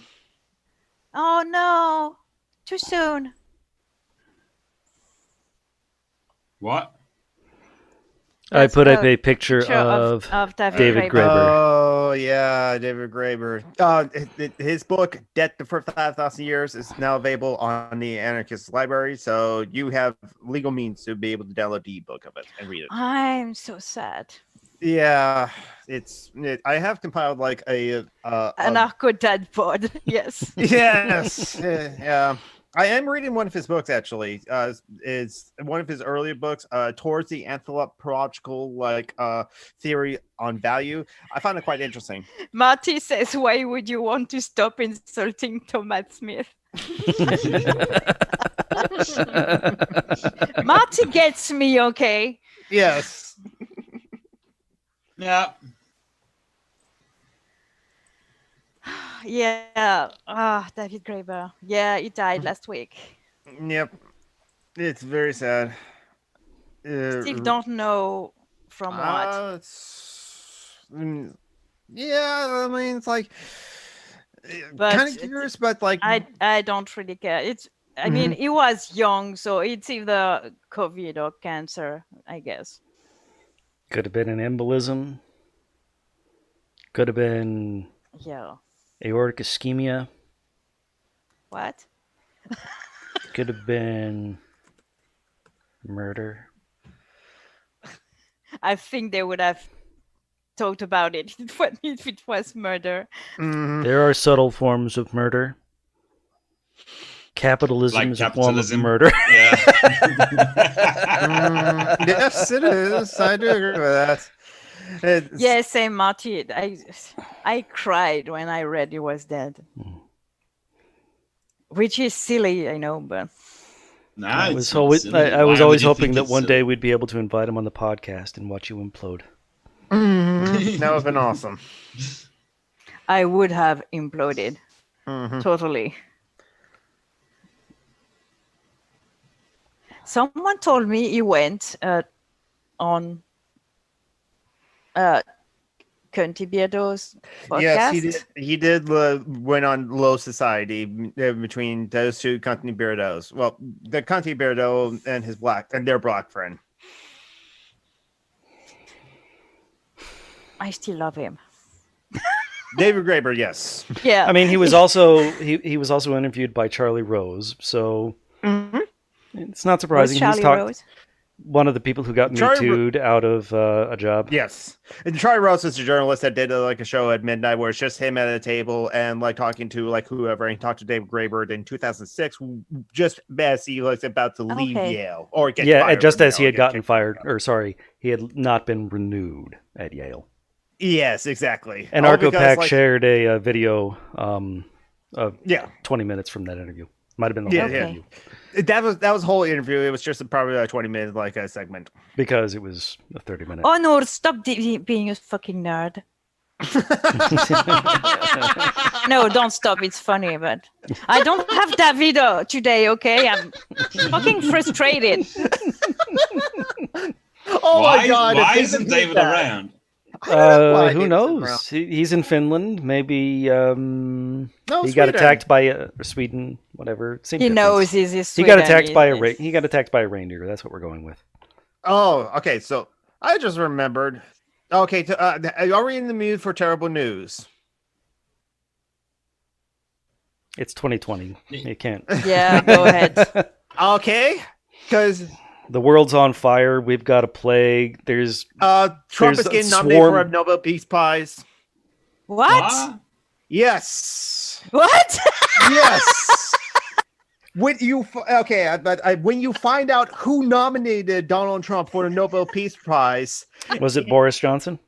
no, but the equivalent in Norway, a Christian tripod. Yeah, okay. I found the Wikipedia for the guy who nominated Donald J. Trump for the Nobel Peace Prize. Put in the link into the live chat right there. He's part of a far right politician who represents the anti-immigrant Progressive Party in Norway. No, just the Progress Party, not progressive. Progress. So Progress. this is the second time Trump has been nominated for a Nobel Peace Prize since taking office. Really? God. Apparently. So this will be the second time he's lost. No, What both of them were the- for 2021. Fuck. So he got nominated again? He's been Apparently, this is the second time. Oh, I'm sorry. It's funny. Yeah, because it's just like, but I was reminded on Democracy Now! Hitler and Mussolini were also nominated for Nobel Peace Prize in the past. Yeah, so he was nominated by Magnus Jakobsen, who it sounds like is the same thing but Swedish. Ah, yes. So yeah, Bethro was right. He got nominated by Swedish Fash. So maybe that's where Okay. David is. Sorry, David. That's he's out killing Fash in order to make sure that Trump doesn't win this thing. That's my headcanon. He's riding a reindeer into Who battle. cares if he wins? Since Obama got it, it doesn't Yeah, mean exactly. anything. Yeah, but Obama got it for very good reasons. He had just been elected president of the For United war States. crimes. No, he had not yet committed any war crimes. He had not yet done anything. He had just become president. He didn't have time to commit any war crimes yet. Yeah, that's fair. I think the reason for Donald J. Trump is because he was ushered in brokering peace, negotiations with like North Korea, and when broker peace between I think Israel and the United Arab Emirates. So I think that's the rationale. Is where. I mean, that's funny. Yeah, so it's kind of So- like just ignore all the bad things and look at the good things this person can do. He has definitely made the U.S. 200,000 people more peaceful. Too soon. Oh God, So that was apparently, dark. apparently Obama won the Peace Prize in 2009. So Yes. pretty quickly after being elected. Mm-hmm. Yes. And Inaugurated. inaugurated. Mhm. And Which comes right after elections, so either way. You're Well, I mean, correct, 6 Edwin. months, but Yeah. you know, not quite, but you know. Yeah, the Nobel Peace Prize is entirely bullshit. It's just Mhm. But yeah, it's a so popularity thing. he got the Nobel Peace Prize because he Just like the said he Oscars. wanted to non-proliferate nuclear weapons. I'm pretty sure it's because he was Oh, black yeah. and was the first black president. That's I mean, yeah, right. but he also said that he was planning on getting rid of all the nukes. And yet he So just like that's and a yet- kind of goodish reason. yeah, but like did he just It's a better like, reason than upgrade I them? want to get rid of all of the people of color and trans folks. Yes. And that's certainly what Donald Trump wants to do. Or at least like he'll say he'll do that because that pleases his base. Look, Nobel Prize. I didn't I didn't see it. You were sharing the screen, but I don't see it anymore. John, stop it. I would have to say world peace. Definitely world peace. That's easy. World peace. World peace. What is the one most important thing our society needs? Is that good? That Yes, would we be see harsher that, and punishment that's for what parole kept Andy violators, tweeted, Stan. yes. Yes, the Nobel Peace Prize. So yes, Trump's COVID response is equal to And- 64 9/11s. World peace.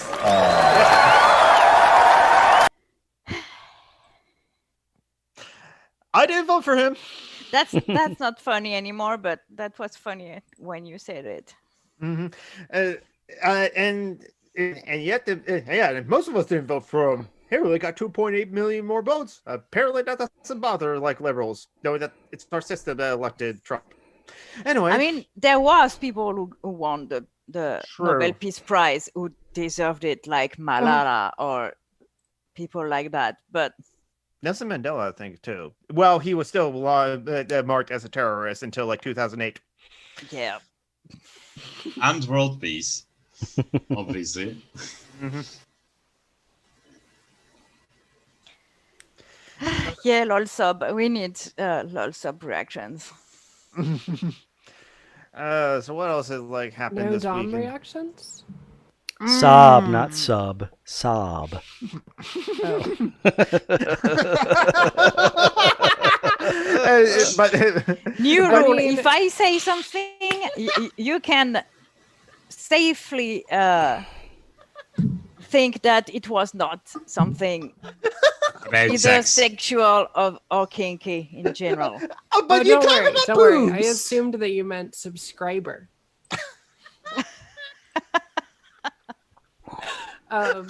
But in all fairness, if you do kink certain ways, there is very little difference.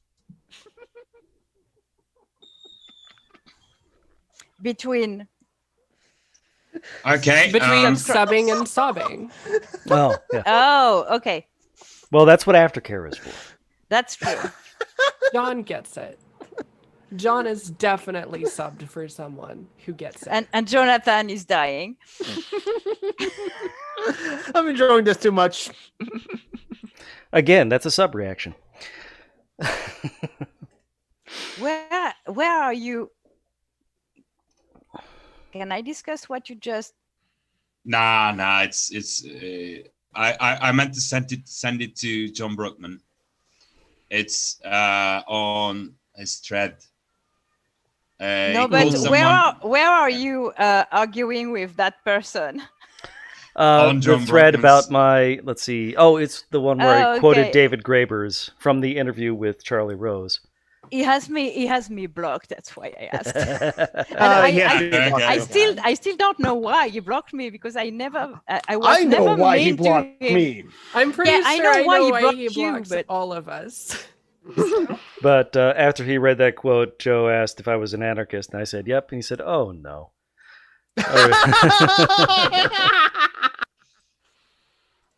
Let's see. That's funny, isn't Anyways. it? I mean, liberal is To which the I worst replied, thing. spoken like a liberal. Joe said, is that supposed to be an insult? And I said, somewhat. And then he said, didn't work. And then Mehmet said, oh, it did. We love you, Mehmet. Have I told you that recently? I appreciate you. I thank you. Joe. Want to slap someone with a long sandwich so I can dom and sub at the same time. Oh my god. Shut up, David. and if you look at the YouTube, you'll see our lol sob reaction.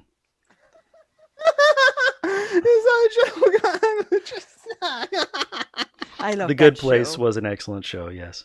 It was an amazing show, and she was so good at it. Mm-hmm. She was, I mean, all of them. Yeah. To be honest, all of them were amazing. But it's the thing, isn't it? Like, apparently, Jamila Jamil ended up being an asshole, but how? How so? On Twitter, Mm. I don't remember how, but everything I saw tweeting. Everything I saw about her on Twitter, I mean, I stopped doing Twitter for a while now, but everything I saw about her were more like body positivity and quite good I saw stuff. that too, but I think she went a little transphobic. Oh, is she? I don't know. I'm not on Twitter anymore, but people don't like her, so the right kind of the people I respect. Yeah, I got like you. her, I got you. so. I got you.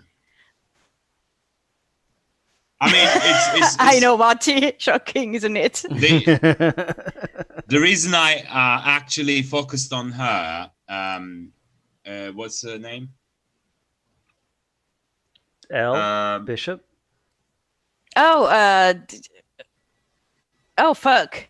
Veronica Mars. I can't remember her name. Veronica Mars. Yes, that's the reason actually, because of Veronica Mars. And what's her name? What's her name? Blonde girl. Blonde girl. Okay, that's not her name. Paris Hilton. She's skinny and blonde. You call me Shirley. That's not my name. That's since Kristen I know Bell, from, for fuck's sake. Yes, Kristen Bell. The one who cried over since I getting know, to see a baby sloth. Since I know, yeah, she did that. Since I know her from Veronica Mars, and I fucking love that show. Mm-hmm. Third season's kind of the reason I started watching The Good Place was her, so that's why I was like focused on her. But the whole show was amazing, especially the another girl. What's her name? Besides Kristen Bell? No, yeah, the tall Indian woman. Jamila Jamil. No, the Siri. Janet. Person. Janet, yes. Janet. I love Janet. Hi, I'm Janet. And I'm really Derek. happy that a girl like you, not a girl. Yes. That's fucking amazing. Also not a robot.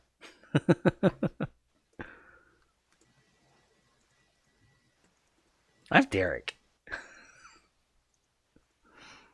I love all of them. The characters, I mean. I love that Elle's fetish was mailman. Well, Shidi as a character is just maddening. Who died and put Aristotle in charge of philosophy anyway? Plato!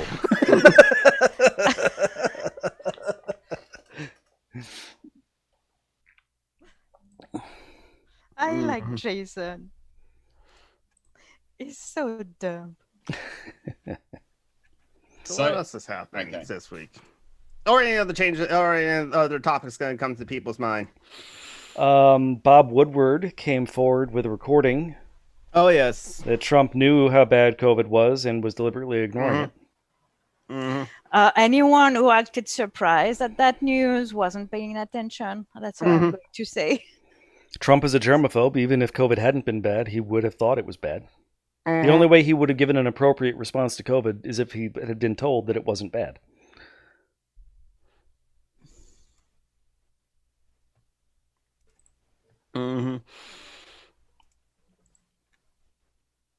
Oh, Mylene says the transphobia thing regarding Jamila Jamil seemed a bit of a stretch to her, to Mylene.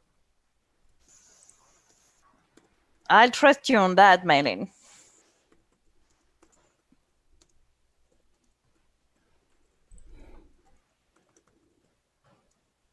What else has happened this week or anything like that? Or has anyone read any books, played any video games, or watch any a TV show? I'm still playing The Sims.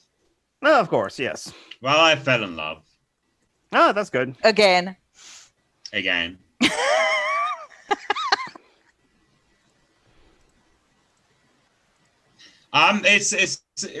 the issue, isn't it? We have a global pandemic going on, and I really want to catch up with my fucking long list of books that I want to read. Oh, okay. And I thought you were going to say crushes. No. And it's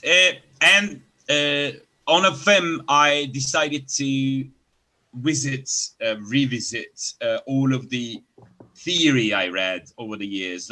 I picked about 37 books because most of them I read when I was in my early 20s.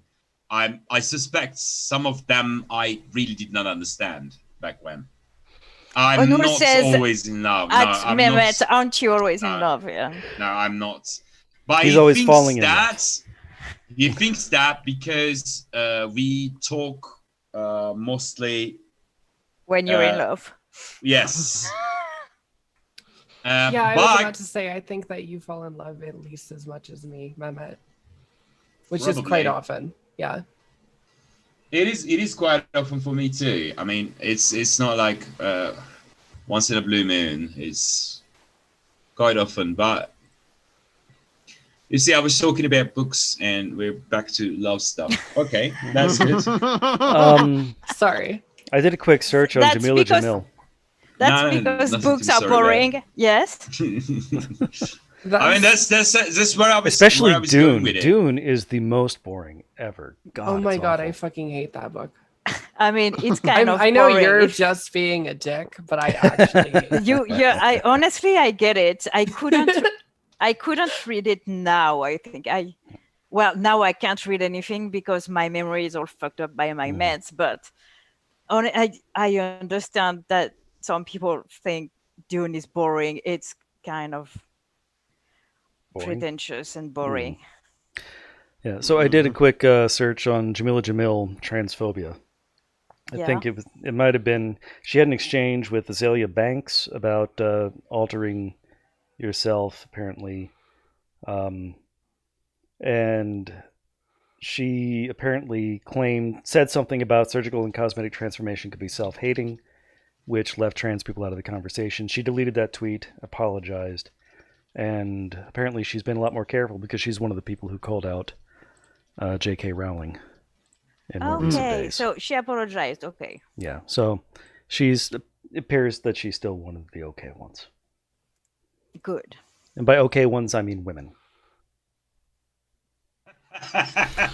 That is entirely unfair, John. There are many trans men. True. True. Well, a lot of them are assholes, though. So right, but not like all Buck of them. Angel. They're not like cis men. True. Depends which ones, but except Buck Angel. I think that we cis are going to have to reclaim Buck Angel as just a cis dude now.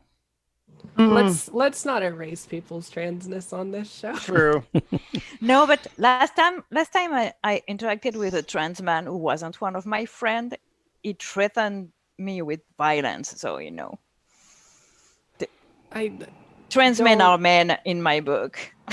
I With all there's definitely a pressure for trans men to adopt all of the same toxic masculinity that cis men are Yeah. pressured to adopt. But I do think, at least in my own experience, folks who are trans have a lot more awareness of the harm that can do to people, and so they tend to be more concerned with and aware of that harm and try to reduce it in their own actions. I hope so. I mean, I'm not prejudiced against trans men, but they're men. I just no, I actually had a long conversation with a trans man about exactly this topic like 2 days ago. So it's Let's a little see. fresh Marissa on my mind. McCool's husband is a cool trans man. What? Marissa McCool. She does. Oh yeah, I know who that is. Okay. Podcast. I I'm like her. blanking on the name right now. Is this getting out of hand? Yes, the cis getting out of hand are one of them. But she also like is a She's a little producer. too liberal to my taste, but she's Yeah. cool. Mhm.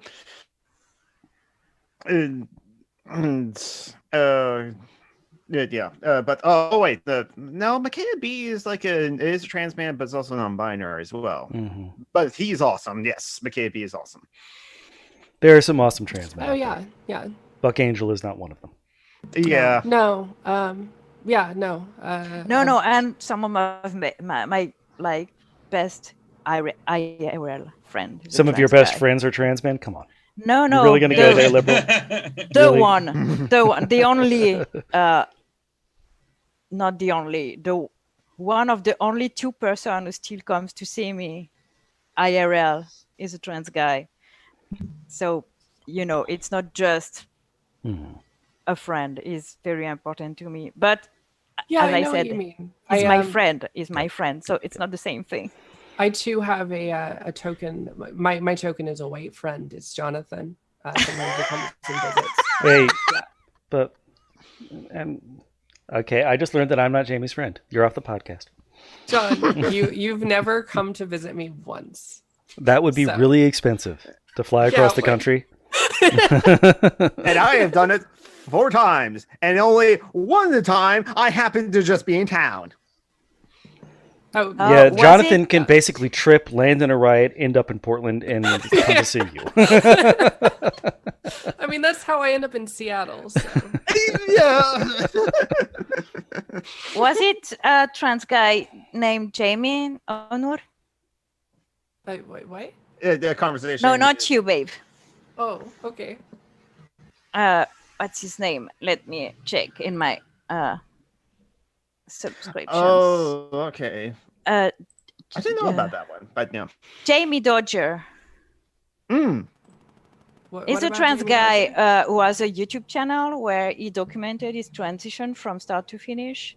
Oh, And he's very cool. He makes a lot of videos about transphobia, and he's going to get married soon with a cis girl, and they talk a lot about all that. And his channel is very cool.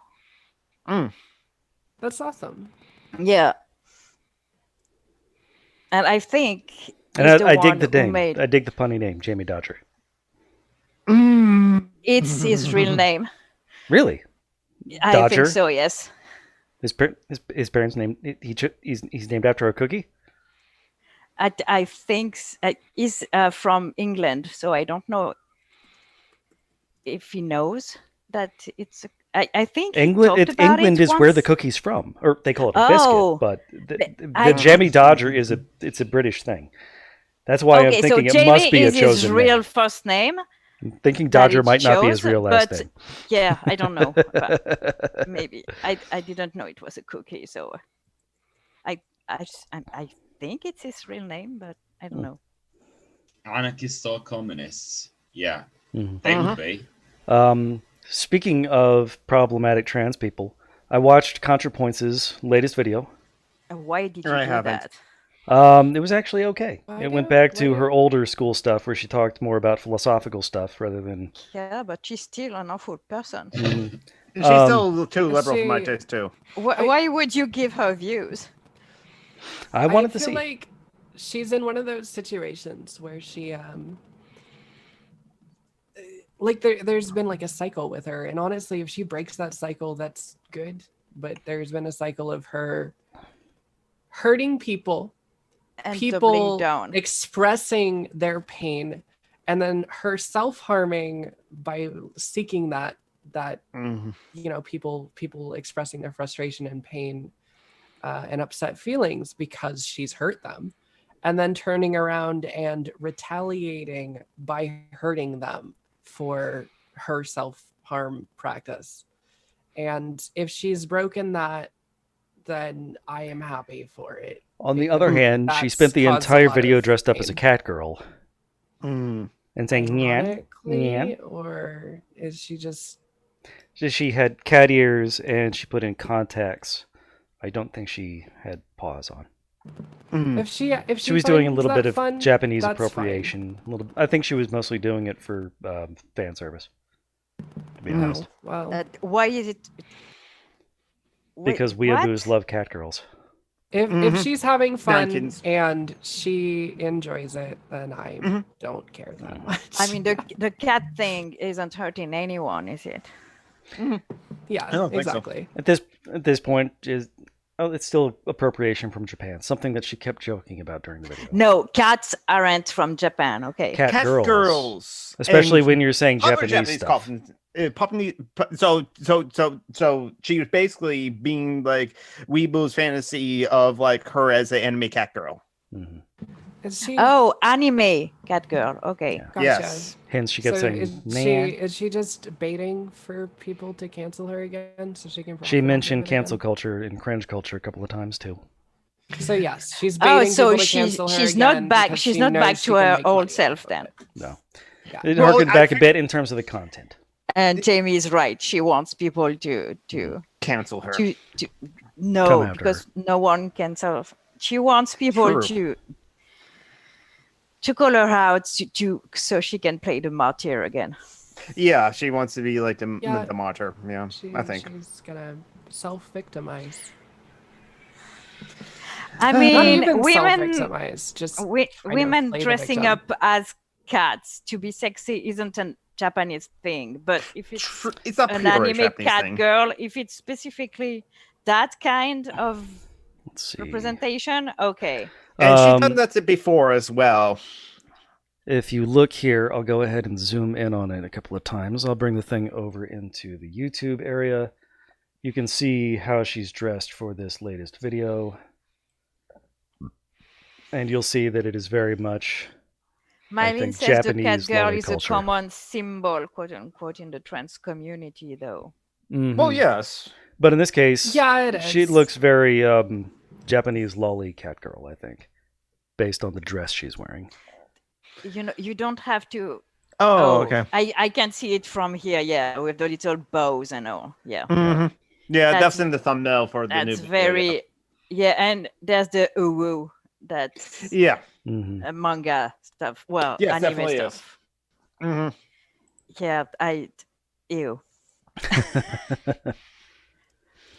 Not So- about. I'm not hearing about appropriation, but about that aesthetics. I hate it. I hate kawaii. It's not something new, you know. But apparently kawaii is metal as fuck. I disagree with that, but It was schoolgirls saying, we're girls No, and I we know, like being I girls know. and we're going to be girly AF, so fuck you. I know. So that's what I I don't think about it. that's metal, but that's cool. But I still Yeah, don't it's like punk. the It's aesthetics punk. of it. It sounds more punk to me. Yeah. Yeah, Yeah. I was gonna say it sounds too cool to be metal to me too. Fuck off. Okay, I'm going. Oh, that's a line. The two metalheads of the podcast are very offended. No, I listen to metal. I'm just too cool to identify as a metalhead. I'm a punk. Mm. Yeah. Just like Joe, music, are you saying so. the content of Contra's essay was good? because that was my takeaway. The content is good. The aesthetic was fucked. If she whined about cancel culture, it wasn't good. I don't think she whined Sorry. about Oh it. god, I I think she love joked about Visual it. K owner.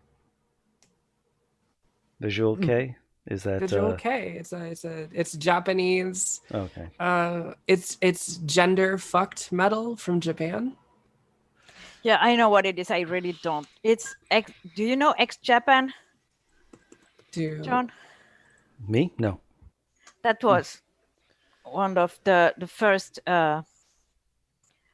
Japanese metal bands. I know fuck all about metal. I know, It's Japan. Okay. but X Japan is pretty well known. I didn't know about it till just now when you said it. Mostly because they're like gender fuck metal. Or well, This the aesthetics, is- anyways.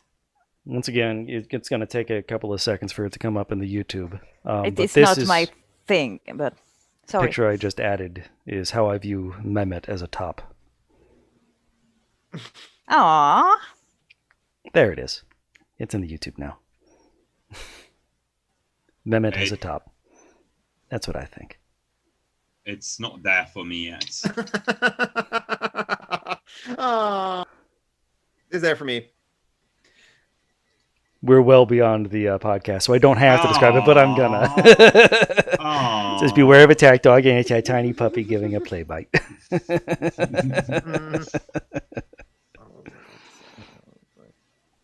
Kyo, yeah, that was Mylene, that was French band. Crappy French band. Well, it seems people are discovering Ningenitsu on the internet. The reaction sphere, it's discovering Ningenitsu. Which one are they? And It's a band we mentioned like last week. Can I say something to younger people? No. Yes, I am going to. No. That was a rhetorical question. So what do you ask? You can say, but that doesn't mean I'll hear. Stop acting like older people, like you invented the shit older people invented. And in that case, I'm talking about we invented metal. that shit, and then we took a nap because we're old. Okay, old people invented metal, not young people. So stop acting all shocked that older people are playing metal. Okay, please. Well, Please stop.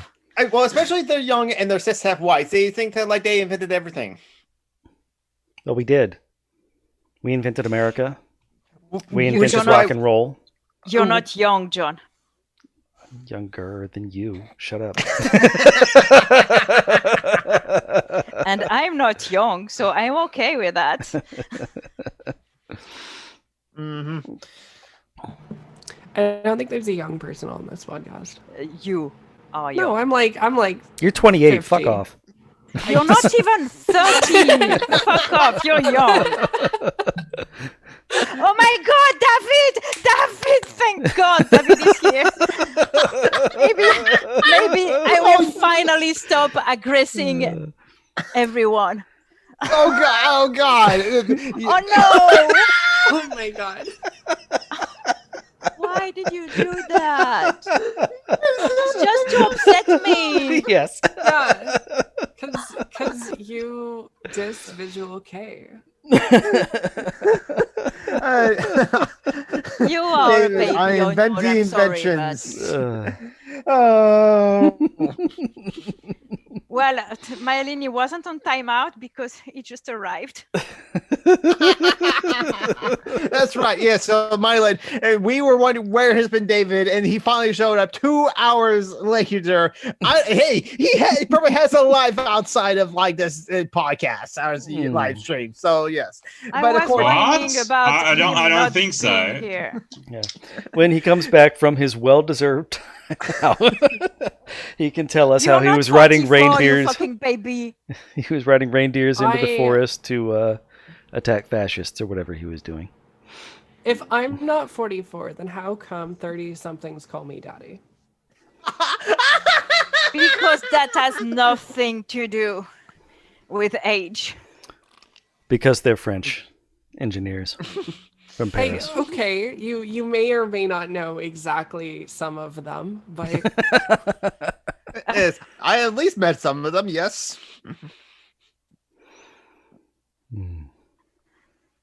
Anyway, so the moral of the story is I'm 44. That's the take home you should all have. Okay, if you say Shut up, so. baby. Thank you.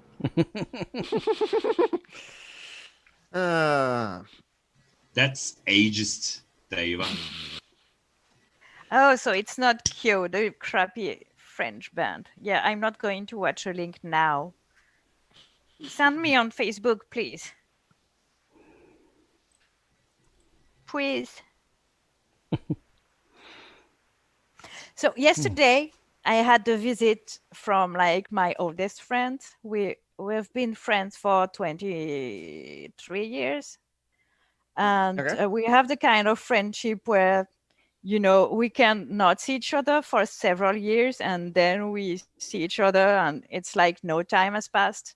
And I was so happy to see her. So yesterday I had very good day.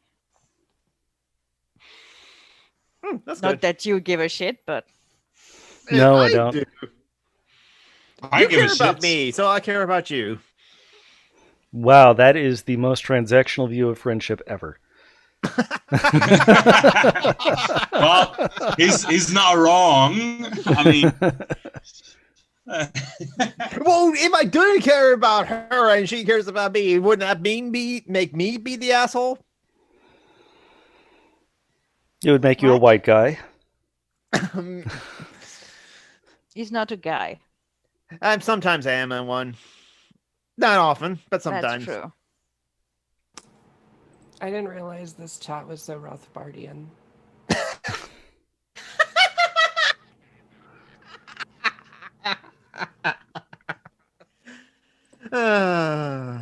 I appreciate that only Jonathan either got or found that funny.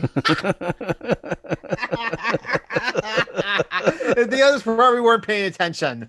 No, I was just trying to find a way to segue that into Baudrillard so I could make a Desert of the Real joke, but Oh. No fishy fashy today?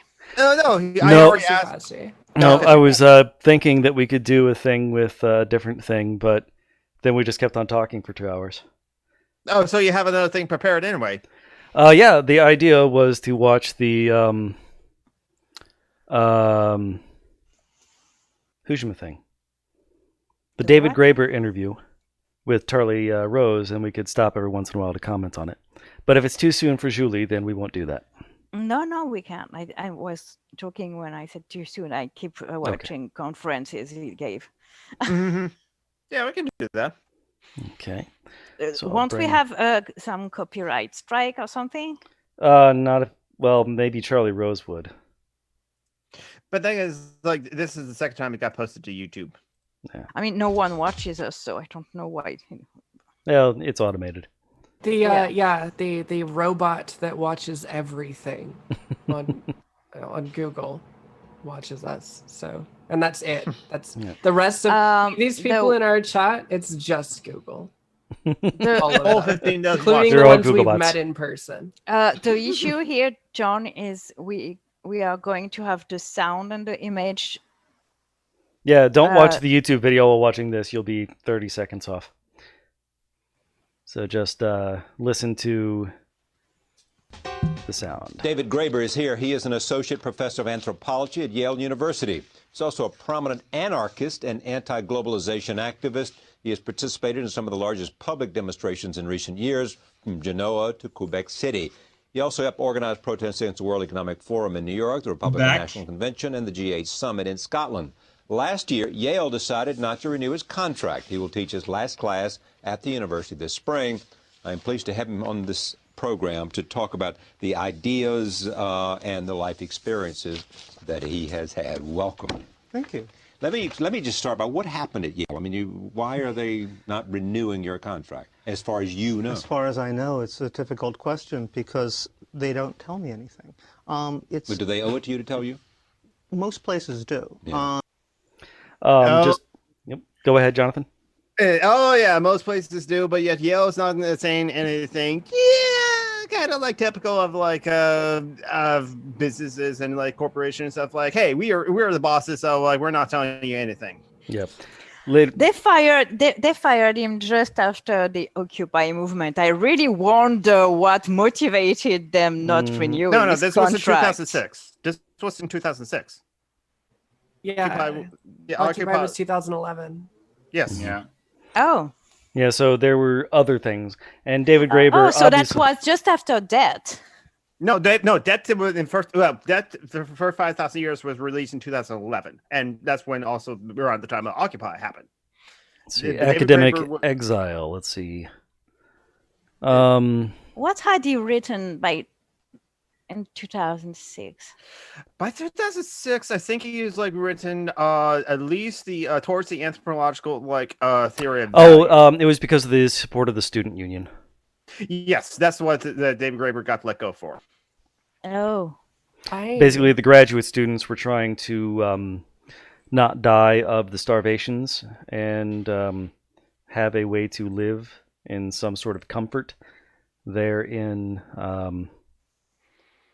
society. And David Graeber supported them in, getting paid decent living wages. And Yale said in the interview here. Yeah. But he's not going to say that, I don't think, in this part of the interview. Not really. No, not really. Charlie Rose will push him on it later on, and Graeber will not want to say anything. For the simple reason that if you talk shit about your old job, it's going to be very hard to get employed at a new place. Well, when you're a teacher, too. Well, yeah. for almost anything, but yeah, especially as a teacher, a prominent lecturer, especially. Oh yeah, okay, I see the video. It was young as fuck. Oh yeah. Yeah, the 2006. This was interview was in 2006. Yeah. This was during his sabbatical.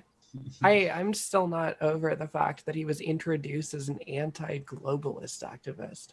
Yeah, that was a weird way to that put was it. A pretty yikesy intro. Yeah. He said he was an anarchist, but yeah, but Charlie Rose interviewed him as anti-globalist. Yeah, but remember, I don't think globalist had the anti-Semitic connotations. I feel like it did. Okay. 15 years ago? Yeah. I don't know. I feel like it's had that that's connotation funny because for much, Graeber much was longer Jew. than that. He was a Jew, so. Yes, he was. But I think what Charlie Rose meant there was probably he's opposed to corporate globalization. Yes, the globalization movement. Yeah, which Dave Graeber is talking about. It's because you can't go on anything in 2006 and tell your audience we're having a communist on our show today. Yeah, we're going to do a communism. Yeah, it's kind of interesting that like Charlie Rose did say like David Graeber said anarchist as well. That was I wonder did Charlie Rose had any other anarchists on this show? Yeah, that is a thing too. In 2006, definitely anarchist was just the way that you identified. A lot of times, if you're like anarcho-communist or whatever, nobody knew what the fuck that meant back then. Yeah. According to Paul Krugman, that was the year after we should have realized that the internet was no more valuable than the fax machine. It is, though. No, not more valuable. No more valuable than the fax machine. Oh, yeah. Yeah, Paul Krugman said in 1997 or 98 that the internet was basically a fad. It would just be like the fax machine, briefly useful, and then it would disappear. So people have been dragging that old quote up because of his 9/11 tweet. They say that Paul Krugman has often had stupid takes. Yeah. Anyway, this is about David Graeber. So now let's talk about him, or listen to him talk about getting let go from the Yale. It's a very unusual thing about Yale that they can simply drop you and give you no reason whatsoever. Right. And it was a very unusual thing. So while I don't know what happened, a lot of the students felt that they did. Originally it was the students that began the protest. And the overwhelming conclusion of the graduate students is that it had something to do with my defense of one of the graduate students who was a union organizer who they tried to kick out of the program. And they think that's behind it in some sense of... Yeah. I'll never know. I mean, but that was the conclusion that the students reached, and a lot of the students wanted to organize some kind of protest. They asked me. I said, well, I can't have anything to do with it myself, but go ahead. But it's not about your political views, is it? I mean, I think it entered into it. I mean, that might be an extension of your political views, whatever you did. It's an irony. I mean, because I had really tried hard not to get involved in local politics. I mean, I figured the sensible thing to do in a situation like that was to be an activist in New York, and then I would just be a scholar at Yale. Because Yale, there's all these union issues. There's a lot of very bitter controversy, particularly in my department. I just figured I would stay out of it. But somehow it became impossible. So ironically, actually, I got drawn in please largely. pause. It's just the chat is. Valerie, stop trying to talk to David. Valerie's been in our live chats a couple of times, so I think it's like so everyone in the live chat, in case you don't know, tread carefully as you're interacting with David Scott because he likes the troll. He's from Finland, the home of the trolls. Sweden! Nothing he says is serious. Do not engage. Engage. No, I swear you're going Engage. to have a migraine if you try to make sense. Sweden- No. I'd rather interact with like David Scott than in like any liberal I interact with because No, like, I agree. David can be funny, and Okay, Jamie, If you just because push you it- were born in 2003 doesn't mean that's when anarchism was invented. I have different facts. Okay, Kellyanne. so that's how you were born in 2003 and be 44. I see. Yeah, It's a different system. It's not base 10. yeah. You get it. people who are born after 2000 shouldn't have a right to talk in my presence. That's what I'm saying. Oh, Oh, ages. I'm fucking old, okay? I hate you. Generationists. You are have precious like Zoomers. I'm generous, okay? Let's go on. What I thought was intellectual integrity. I thought the student was a very, very good student, and she deserved to be defended. What interests me about you is not whether you were fired or rehired by Yale. I mean, that's a personal and professional matter. And I don't know what the principles are, nor do you, because you haven't been able to find out. I never will. Maybe. I don't know about that either. But what I'm interested in is that is in terms of your own thought and what you believe in, and why that makes you an interesting character and an interesting professor and an interesting thinker. I appreciate An interesting Tell me what is the character. sort of core Sorry. of your own. There, finally paused. I appreciate that in this 2006 interview, they took the brave stance already that Graeber was a thought.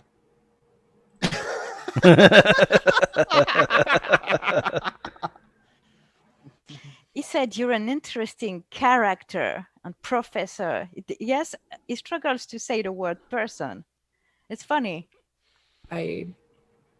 Which is weird because David Graeber is clearly masculine, so Charlie Rose would have thought of him as a human being. Yes, but he's a Jew and an anarchist, so Oh, good point. Wait, is Charlie Rose not Jewish? I don't know. Could Probably be, but I not. have to like confirm. Anyway, I'll find that out quickly right now.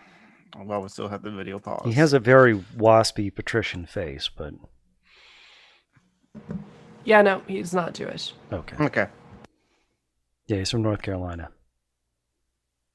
I'm sure there are Jewish. There are no people Jews from in North Carolina. There are three, and they're not from where he was from. There are three. Aaron Rabinowitz is one of them, right? I believe so. In all fairness, North Carolina has a population of like 12, so I believe you that you've met them all, John. I'm related to a good chunk of North Carolina. That's just the way it goes. Yeah. Yeah.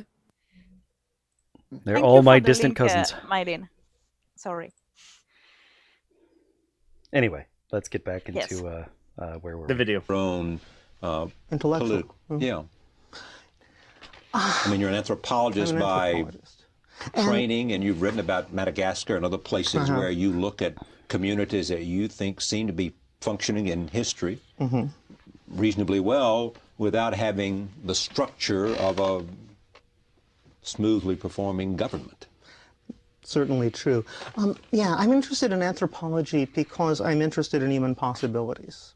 I mean, anthropology, I think, is the only discipline which really is about trying to understand the full range of what has been possible politically, economically, socially, and so forth. And in a way, there's always been an affinity between anthropology and anarchism simply because anthropologists know that a society without a state is possible. There's been plenty of them. They work fine. What are some of the best? Well, I mean, you go to Amazonia, you go to... It's hard to say what's good or what's bad. I said some of them without suggesting any particular one. Yeah. Sorry. I mean, I think... Sorry, there's a motorcycle that just passed through. Oh, we didn't hear it. Didn't hear it at all. But I just put David Graeber's spirit animal up on the stream. He doesn't have a spirit animal. I think you'll find He's not Native American. Yeah, I wanna mention that that is a concept. Okay, it's his persona. Thank you. Yes. Okay, yeah. As a furry, that is a concept that I feel I have a great deal of expertise in. And yeah, but do you have as much expertise as an uninformed white guy? I mean, come on. No, but that's so okay. There fine. That reminds me. I used my persona is. I used to use the words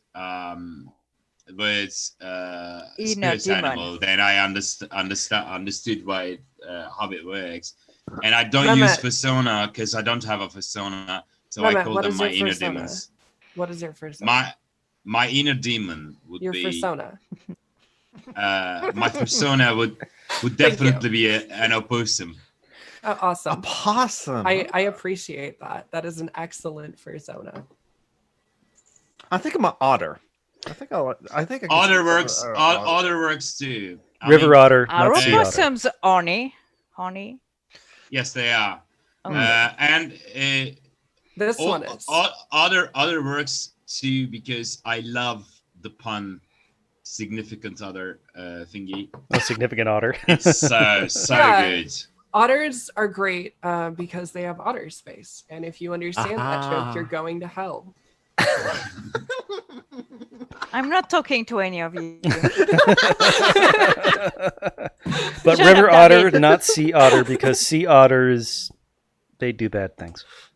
Oh, okay. River otters, then yes. They do, yes. River otters are like ducks in some ways. Shut up and put the video on. But I still want to say that up on the screen now is David Graeber's persona, which is a cat made of maximum floof.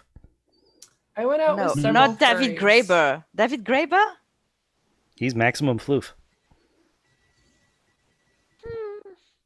What he's saying is he I think looks like Graeber's Smooshy. cute. Like I'd hit that is wise. Oh, he's cute. Yes. We agree on that. Like I said, he's a Cute, snack. dad bod, The he's way- fluffy. The way I Not would as say fluffy it as is, I would say. he's a snack, and the way he says it is his inner demon or persona is a floof. All right, so continuing. That there's thousands of places right now where essentially there is no functioning state where you don't know because it's working out so well. I mean, that's what I discovered in Madagascar. Oh my God. What happened? We are spreading false stuff about Graeber. No, he doesn't have a persona. Yeah, he's got a persona. We persona'd him. He is a furry now. He's dead. He no Dead. longer owns the rights to being David Graeber. We can make him whatever we want. Right, Yeah. death of the author. That's There you what go. it means, Respect right? the man, for fuck's sake. I think David Graeber would join this conversation as well if he were here. He would Um, totally, but I'm not okay with that. Stop it. I am going to edit his wiki page and Give him a persona. a very well known furry and On September 12th, 2020, Mama. it was confirmed Mama. that David Graeber had a persona. You should know that that there is a wiki fur where you can go create a page for David Graeber. And I could do that. We can pull together and commission an artist to draw his ref sheet for his persona, his character. As an reference. anthropologist, he would.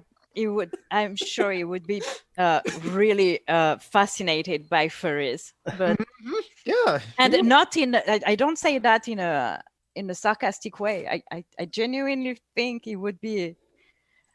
He would love Interested that. in And I think he would love the understanding. powerful anarcho-sexual energy of the furry community. No, but no. Let's not spread Anarcho-sexual false. energy. Did you just false make that stuff. up? Don't. He's the David of the podcast. Don't argue with the man. For fuck's sake. So no, let's not spread falsehoods about a recently deceased genius. He was not furry. Well, not that we know of. I mean, he could be. Oh, we lost Jamie again. Yim Yam's gone. Oh, damn the internet connection in Portland. So should we wait for Jamie to come back before we start again, or should we continue? Yes. Okay. Portland is an anarchist state. It's quite understandable. Socialism and anarchy never worked in. They don't have good internet connection. The rioters are burning the internet. Yep, we get it. Yeah, burning the internet. Well, Valerie, you know Jamie now because she's definitely one. And I probably am one too, just because I am trans, I had trans identity, I'm non-binary, and I enjoyed the show Beastars. But I should really watch the Netflix show BNN. Yeah, but do you think you are an animal? I think I might be an otter. I haven't commissioned an artist to draw me as otter though yet. Once I see that, then I'll be because I kind of think, if I were a furry, what would be my persona? I think otter right now. River otter might be my one right now, but I could always go with cat or a panda or a fox. You're so not a cat. Okay, not a cat then. You're way too nice to be a cat. Yeah. We'll be a nice animal, a nice friendly animal that's kind. An alpaca. Ooh, they're fluffy.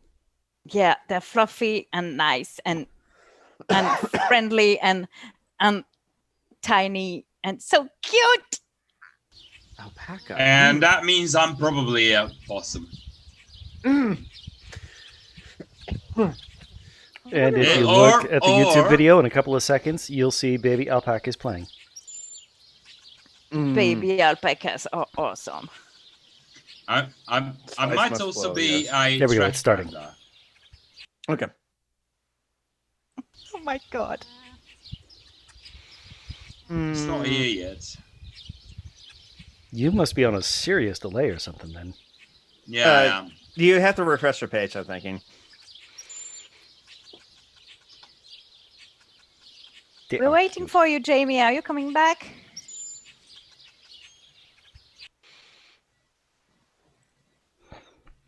Oh, she is coming back. I had the screen covered up with the alpacas, so I didn't see her trying to get back in. Here, trying to get back in. There's see, Jonathan, so cute. I'm definitely a ginger cat. They are nice llamas because llamas are motherfuckers, but alpacas are mini llamas, but they are nice. Okay. Okay. And you're definitely a cat, John. I want to sleep all the time, and then I want to run around and scratch people. Yeah. No, you're an asshole. Like I said. Kinda. For some reason, Jamie J is not being let back in. So they're probably going to have to try there again. Yep, we got 2 attempts. There. There we go. All right. I can see Joe as a bear, yeah. I just want to step in now that I'm back and make sure that everyone knows that Noah's boyfriend has an amazing fucking persona. Madeline, capybara. Those animals are chill as fuck. Capybaras. Mhm. I love those animals. That's it. But they don't work overtime the way you do. True, that's true. But the thing is, like, Shut up, David. You would be a fucking llama. But I work overtime, chill, just like on YouTube, in the live chats, on the internet a lot of times. But yeah, I do work a lot on like capybaras. But capybaras are just chill animals. I think you're a border collie. Border collies work all the time. High I love energy. border collies. Mm-hmm. They're like my favorite brand of dogs. Breed. So I Whoa, say we're brand. branding dogs now. Okay. We're just capitalisming on the species of animal. I think it's a Dom sub thing. That's valid. I mistook the word, okay? I'm French. All right, let's continue with David Graeber. David Graeber, yes. State had basically pulled up stakes and left from large parts of the countryside, but nobody was stupid enough to sort of put up flags and say, ha ha ha, we are independent now. They were just going on about their business as pretending it was there, and it took me perhaps 6 months to figure out what was going on, and I was living there. And from those observations comes a political philosophy about anarchism? Well, I was always interested in the idea of anarchism. I think that experiencing it makes it real in a certain way, living in a place like that. Because I think as an idea, anarchism is very appealing to a lot of people. It's certainly very appealing to me. I mean, most people think it would be nice to live in a free society where people simply governed themselves and there wasn't a systematic structure of coercion regulating you all the time. But most people can't imagine that it could ever happen. So when you see examples of it's happening, when you see anarchy in action and it works, it just changes your perceptions of what's possible in society and in human life. Let me move from sort of that. I mean, that is an interesting idea, and I'm going to sidestep that entirely and talk about something else. Yeah, oh my God, he's an awful interviewer. Oh my God. Yeah, he always did that. I used to watch the shows a lot, actually, when I was in high school or later in the 2000s and aughts, basically, and yeah. I mean, how cool was what David Graeber just said? And the guy just, oh, okay, that's interesting. And he segues to something else. Mm-hmm. Every conversation I have ever had with a liberal. Yes. Well, obviously anarchism will never work, so let's not discuss it. Yes. And it Obviously. is in front of an anthropologist who has seen it. Mm-hmm. Mm-hmm. In Madagascar, he wrote. That's one of his books that David Graeber wrote. That's titled "Lost People: Magic and the Legacy of Slavery in Madagascar." I think that's the one about his anthropology work in Madagascar. Yeah. I don't know how I feel about the title "Lost People." Yeah. There are still uncontacted people all around the world. They're obviously small numbers, but I don't know about lost. Yeah, I was gonna say I'm pretty sure that they have found each other. No, I I mean, think For Graeber themselves. maintained as they're lost to humanity, to us. Mm. We lost track of them or paying attention to them. So like he said in Madagascar, the state just pull up stake and just left. He's one of the few anthropologists who isn't a racist cunt, actually, when you hear him talk about the people he's visited. So I am white. I'm gonna let other people decide who is and is not a racist cunt. Yeah, that's fair. Yeah.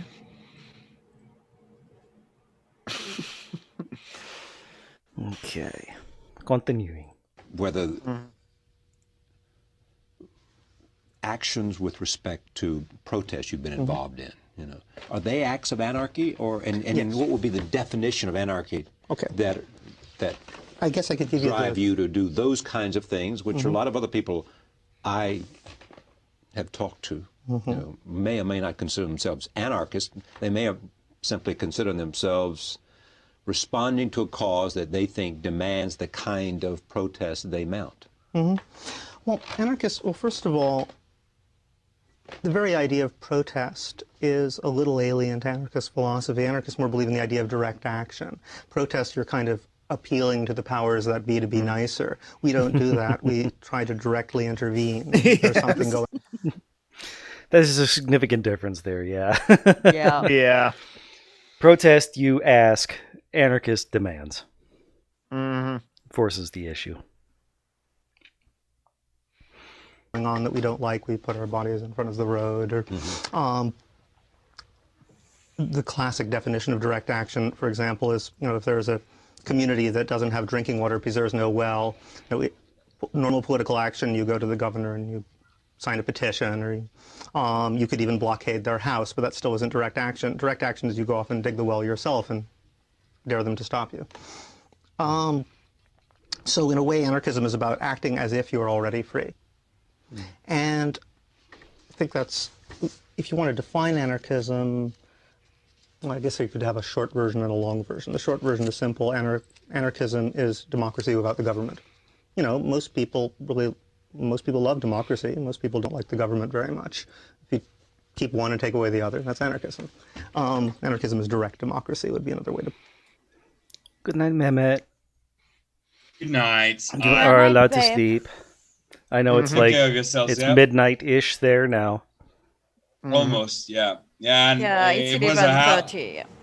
it was a hell of a week last week, so I'm pretty beat and I'm gonna go to sleep. And it was really nice to be here again. I missed you, folks, and I'll see you later, yeah? Yeah. Rest well, babe. Fuck off, babe. Okay. Bye.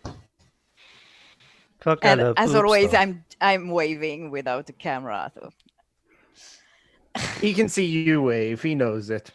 he knows that I'm doing that. Yeah. Yeah, he can see it with his third eye. Okay, let's there we go. Put that. I guess the longer version would be anarchism is a commitment to the idea that it would be possible to have a society based on principles of self-organization, voluntary association, and mutual aid. It's not the belief that we're necessarily going to have it, that it's certain that we could have it. No, you can't know it's possible. But just from the same token that you can't know that it is possible, you can't know that it's not possible. So if you feel that it's better to commit yourself to the idea that it might be possible, then you're an anarchist. Going now to specific action, in terms of... I love him. There's lots of different conceptions of anarchism, of course. Yeah. But Rothbard had the most prominent, successful, and possible one. I don't think it's Feudalism. anarchism at all. I also don't think it is anarchist. I like that Graeber is giving two definitions here in that interview. Short Honestly, one and a longer one. honestly, I think that this makes perfect sense. This is how I talk to liberals too. I'm just like, okay, so here's the answer that you're gonna listen to. That's not really accurate, and here's the accurate answer that I give for me, because I feel bad that I just lied to you, but I made it short enough that I know that you at least heard one of them. Yeah. My meme. Yay! yes, if Jamie's going to keep on bringing up fucking Rothbard,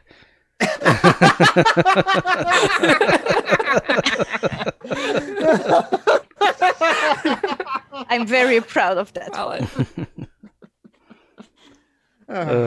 Rothbard was a Randroid libertarian piece of shit. That's who he He's is. Have I ever shared the way that you can get free free flower pressing books by just loudly not understanding while also criticizing objectivism and anarcho-capitalism. A tech bro will eventually hear you, and they will hand you a copy for free of this giant ass book. This has happened multiple times to me. Called it's written by Ayn Rand's what do you call Boy it? toy Brandon or not Brandon Sanderson, but Leonard Brandon... Pykoff. Yes. Oh, different boy toy. Different boy toy. The one that she cheated on her first husband with. Oh no, that was Daniel Brandon. Okay, one of the ones she cheated on. Yeah, she was not. Yeah. She practiced what she preached, meaning she was an asshole. Yeah. Because she Who, preached Ayn being Rand? a Was not gigantic concerned asshole. with consent. Who, And Ayn Rand? Yeah. Oh, she was an awful person. She was fat. And a hypocrite. She practiced what she preached when it was convenient for her. Exactly.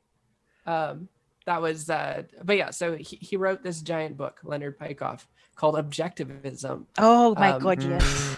Objectivism, the philosophy of Ayn Rand.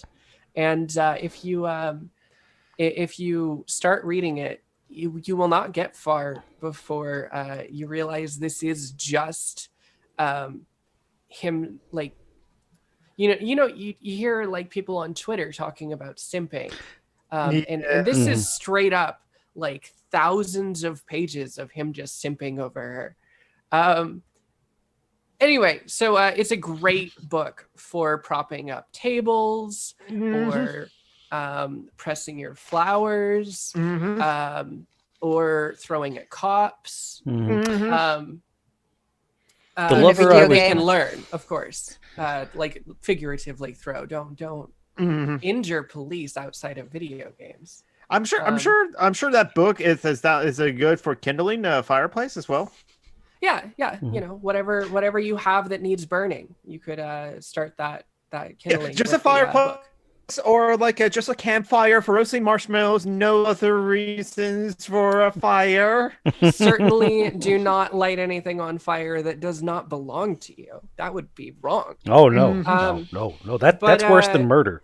Because you can always get more people. You get more people every day. But you cannot just magically make a store. Yeah. Okay. Or a window. Windows are precious. People are not. Yeah, unless they're preborn. People cost money. Stores make money. There you go. That's a good way of looking at it. Put the video back. First, I want to mention that the guy that Ayn Rand was definitely fucking was Nathaniel Brandon. And it would not surprise me to learn she was also fucking Leonard Pykoff, because he was also part of that initial small core group, the high priests of objectivism. Oh, good. Anyway. Bring it back up. Boom. Protest against the World Bank or the G8. Mm-hmm. What's the protest about for you? And how does that fit into anarchy? Okay. What's an example of direct action? You're doing two things at once. On the one hand, you're trying to expose the mechanisms by which power actually works in the world, which most people aren't aware of. The thing about the World Bank, the IMF, most people in America didn't even know that they existed.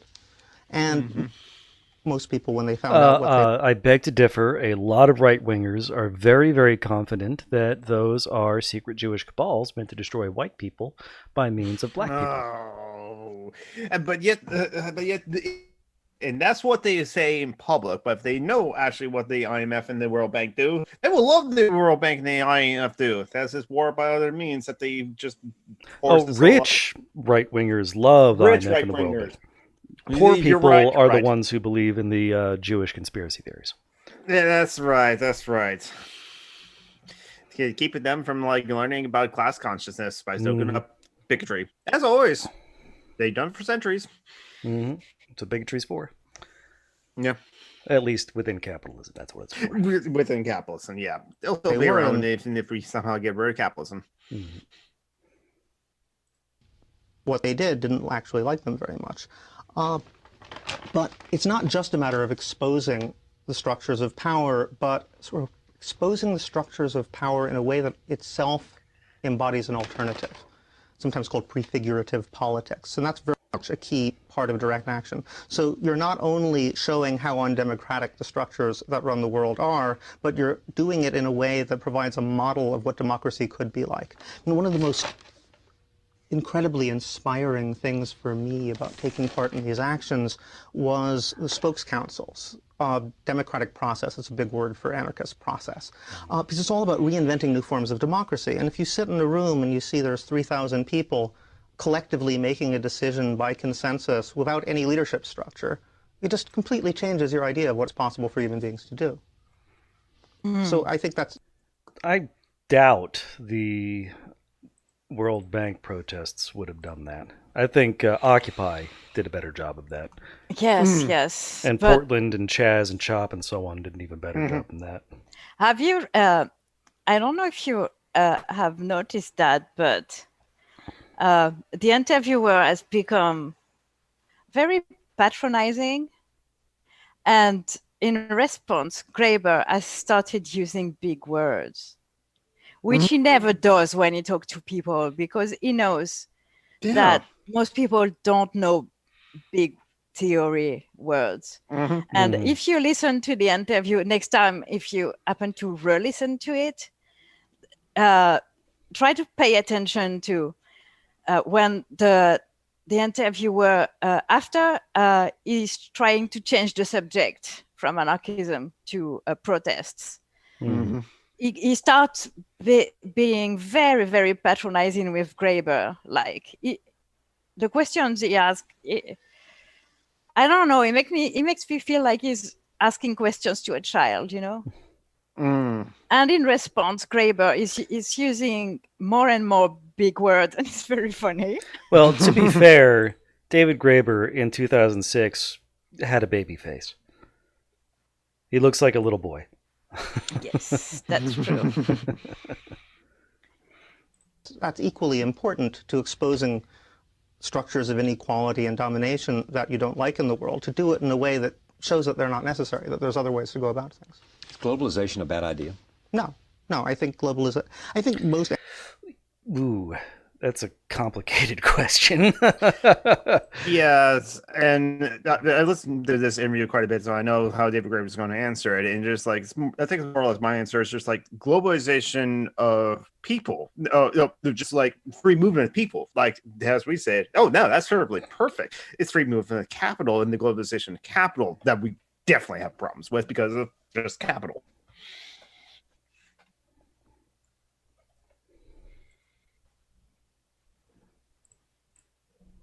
Anarchists are much more in favor of globalization than the people I'm done. We can go back to the video. Then I'm sorry? Than the people that they oppose. I don't think the IMF and the World Bank are particularly in favor of globalization in any meaningful sense of the term. Yeah. If you think that globalization is the effacement of borders and the free movement of people, possessions, and ideas, let's define it that way. Well, good idea. Yeah, I think it's globalization, I think, is absolutely fine, so long as people are at least as free as money. Yes. But people will never be as free as money because people take a hell of a lot more time to transfer across the world than money. You know, a wire transfer takes about 5 seconds. You know, moving a person from Sri Lanka to New York takes about 15 hours. So, shut up, John.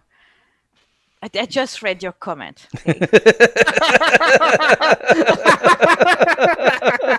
I thought you were talking about what I just said. I was like, what? No. But no, you were talking about the pun I wrote in the chat. I only tell people to shut up regarding puns.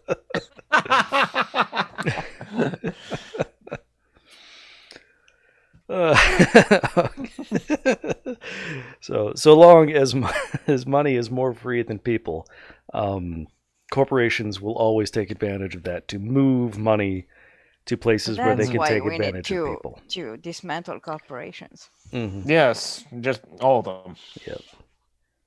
Give people control of resources in their areas and find ways to develop global cooperative models insofar as that is needed to, because like you don't have equal distribution of resources. Like, We don't, yeah. not like water, food, but also Mhm. if we want to have high technology, which is a valuable thing to have, then we Mhm. need resources that are possibly only to be found in limited locations. I don't know that things like that white coltan. people shouldn't control. Yeah. Yes. Yeah, thank you, David. Globalization is when you turn something into a ball.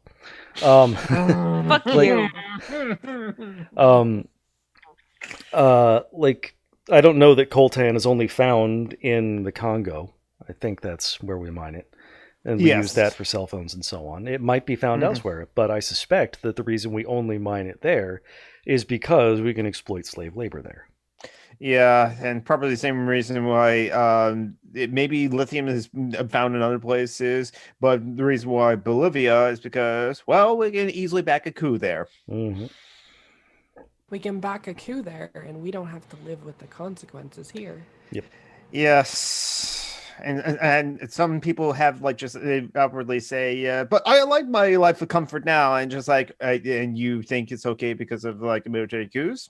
Because I'm not okay with it. Yeah. So, well, we can coup whoever we want. Get over it. As Elon Musk said, yes. Fucking muskrat. Yes. No, muskrats are probably awesome. I shouldn't say that. Yes, we should not denigrate muskrats because of Elon Musk. But speaking of African slavery, that's how Elon Musk's family made their money. Yep, the emerald farms, emerald mines. No, they farm it. They grow it on farms. It's like Minecraft.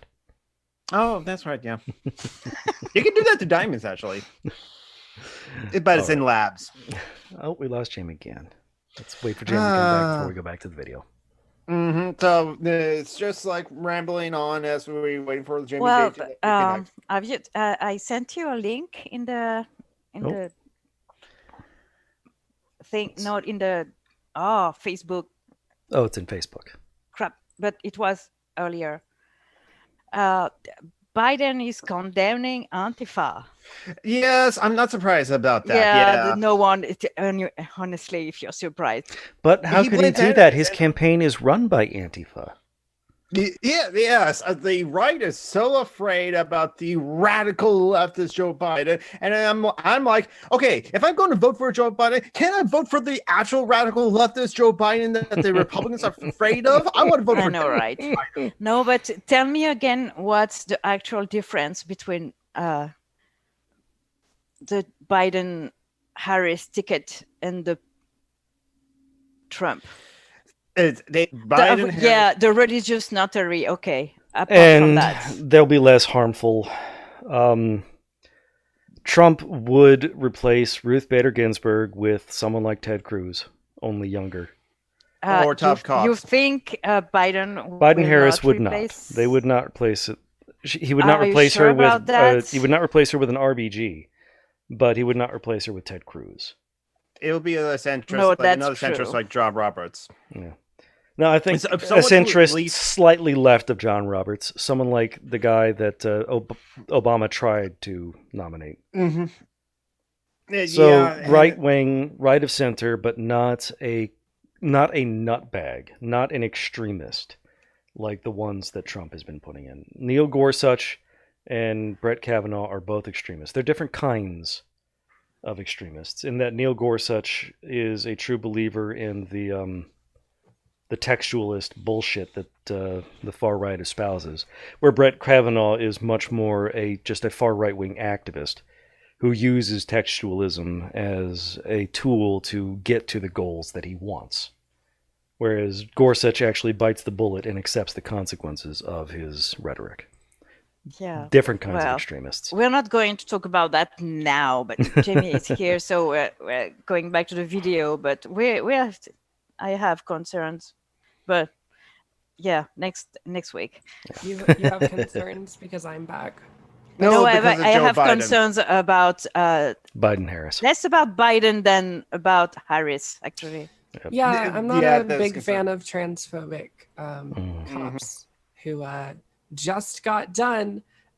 Like the reason why it is currently I cannot go outside and actually breathe is because Kamala Harris used over-relied on prison slave labor to fight the fires that would break But, out each summer in California. Governor And Nevin, whatever his name is, just signed a thing saying that now prisoners can become firefighters after they get out.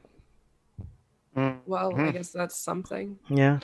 Yeah. Because before, But, after years of being used as slave labor to fight fires, they wouldn't be allowed to get jobs as firefighters. And now they'll be slaves for a couple of years, and then they'll be able to get jobs as that once they are no longer slaves. So, like I said, at least that's something, I guess.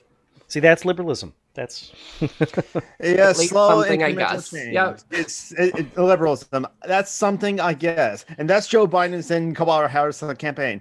That's something, I guess. But Yeah. I think of my reasons, the reason I criticize them and why you go back to their history? Can't you just accept that they change over time? It's just I guess. But anyway. But yeah, Yeah. So because of the fact that we relied on prisoner slave labor, or California state did, to control their wildfires every summer, and the fact that prison populations have been decimated across the country because of coronavirus and the fact that it was not handled well at all in this country. well, why would we value the lives of slaves? Why would we value the lives of the non-slaves at that? But you know, Especially if they're brown, or trans, of, or disabled, or poor, or of- queer. or just Or Jewish, inconveniencing us immediately at this Muslim. moment. Oh, we stop the video and we talk about that. Yeah, but so that's Kamala's way of handling situations. I'm because sure she I- will be good with Black Lives Matter. I have a lot of thoughts about that, and I agree with you, Jamie. Yeah, But we're running up on the 3-hour limit, so let's just get through Yes, the rest of the video. Okay, Yeah. so let's finish the video and we'll talk about Harris Next week. It's a great idea. Perfect, okay. But Yeah, and Graeber agrees. Did you hear what he said? define it that way. Well, Good idea. yeah, I think it's a great idea. See? But I mean, of course, anarchists are opposed to the very existence of international borders because we don't believe in nation states. Fuck yeah. At the same time, if you look at what actually happens with globalization, first of all, free movement of people, it's not what it's about at all. I mean, the border guard between U.S. and Mexico has tripled please since pause, the signing just- of NAFTA. 1 minute. I'm sorry. I shouldn't read the chat, but can we stop with the "we are all slaves" bullshit? No one owns you. Actually owns you. You are not a slave. Stop. We might be We're- peasants, we I'm might be not. serfs, we're not slaves. I really agree with don't that. like that. Parallel slaves were property. They were owned by other people. And anyways, I don't like that parallelism. We have a 3-hour limit because you don't want to know what we do after the show. Don't worry about it. Look, I have a strict schedule, okay? 3 hours of chat, I take the dog for a walk, I eat dinner, 3 hours of masturbation, okay? I have a full day. It's as a group. hmm It's a Jamie tells us community how, effort. and Julie doesn't I walk you participate. all through it. Yeah, and Julie Julie plays Sims while we masturbate. gets frustrated and annoyed with me the entire time. It's great. It's just how we do it. All right. Anyway, back to the video. And because the way what they call globalization actually works, it's all about trapping people in places where you then remove social security, creating people desperate enough to undersell each other, and allow corporations to move around to take advantage of it. I mean, we don't think that's real globalization. He just nailed that in a 20-second. Yeah. I just said oof. Yep. That's all I have to say about that. Yeah. It's not group think, David. It's group kink. Get goddamn. Yes. Yeah, 20 seconds. That was an answer worthy of a beauty pageant queen. I mean, he just nailed it. Yeah. But the other motherfucker didn't really listen, did he? No. Yeah, no. Of course not. It's a lot of people won't listen when you say something like that. Anarchy have a future? I think so. Well, I mean, I think we're at a really interesting historical moment. I think in a lot of ways we've kind of returned to what was happening a century ago. If you think about the sort of classic days of anarchism was 1870s, 1880s, 1890s, up to World War I, basically. That was a period of relative global peace, and it was a period much like the age of globalization. People used to say things like, I remember reading someone writing in 1901 saying, it's hard for us to remember these days that there used to be these things called passports, and people had to show them at borders.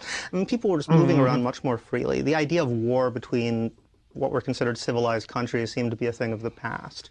And during that period, anarchism became the center of the sort of imaginative revolutionary left. All of a sudden, you had World War I, and which was, as everybody represents it, one of the most foolish wars in history. It wasn't really about anything. It was imperial expansion. I disagree with Graeber a bit from the next 30 seconds. This is about this is where I took that quote from that I posted on Facebook and Twitter. I don't think that the 20th century was uniquely bloody, and I don't think that those wars were particularly different. They were wars of imperial and colonial conquest. They were the same sorts of wars that we've always been fighting. Germany needed access to resources in order to grow profits and so on, and it needed slaves and colonial slave labor to do that. That was what World War I was about. Technology is what made them more bloody. Yeah. Yes. Starting World War I, I mean, we started to have what we call now weapon of mass destruction. Yeah. Basically. Well, but at the same time we were getting those weapons, we were also getting much better medical technology, medical supplies. That's true. And the ability to treat people. So if you survived the immediate impact of whatever was trying to kill you, you were much more likely to survive the aftermath. Well, that's where you had to survive it. Yeah. That's where it is biological and chemical weapons were implemented as well. So, which anyways, we did not have effective means to treat, and that was the point. It's really, Valerie, especially if you're white, I think you should stop talking. Yeah. Also, Bakunin was an anti-Semitic cunt. I still like some of his writings, but No, I know, but I wouldn't take him to talk about slavery. And for me, it's not a hill for me to die on to demand that we be able to call wage slavery, and that we are slaves. I agree to just use a different word. I think it's very disrespectful to people who were actually owned as property by other people. And I agree with that argument. You know, that. Anyways, that's another debate, I guess. All right. And suddenly anarchism disappears, and Marxism is everywhere, and it seems much more plausible. But if you think about the reasons for that, it seems to me the 20th century, most historians now think the 20th century ran from about 1914 to maybe 1991. The short 20th century, they sometimes call it. Well, the 20th century was probably the most violent century in human history. It was almost entirely made up of either fighting world wars or preparing for world wars. And during that period, certainly, I would say anarchism didn't look particularly realistic, because the one thing anarchists will never be good at is building gigantic mechanized killing machines, armies. I think that's altogether to our credit. On the other hand, Marxist regimes often, that was about the only thing they were particularly good at. So...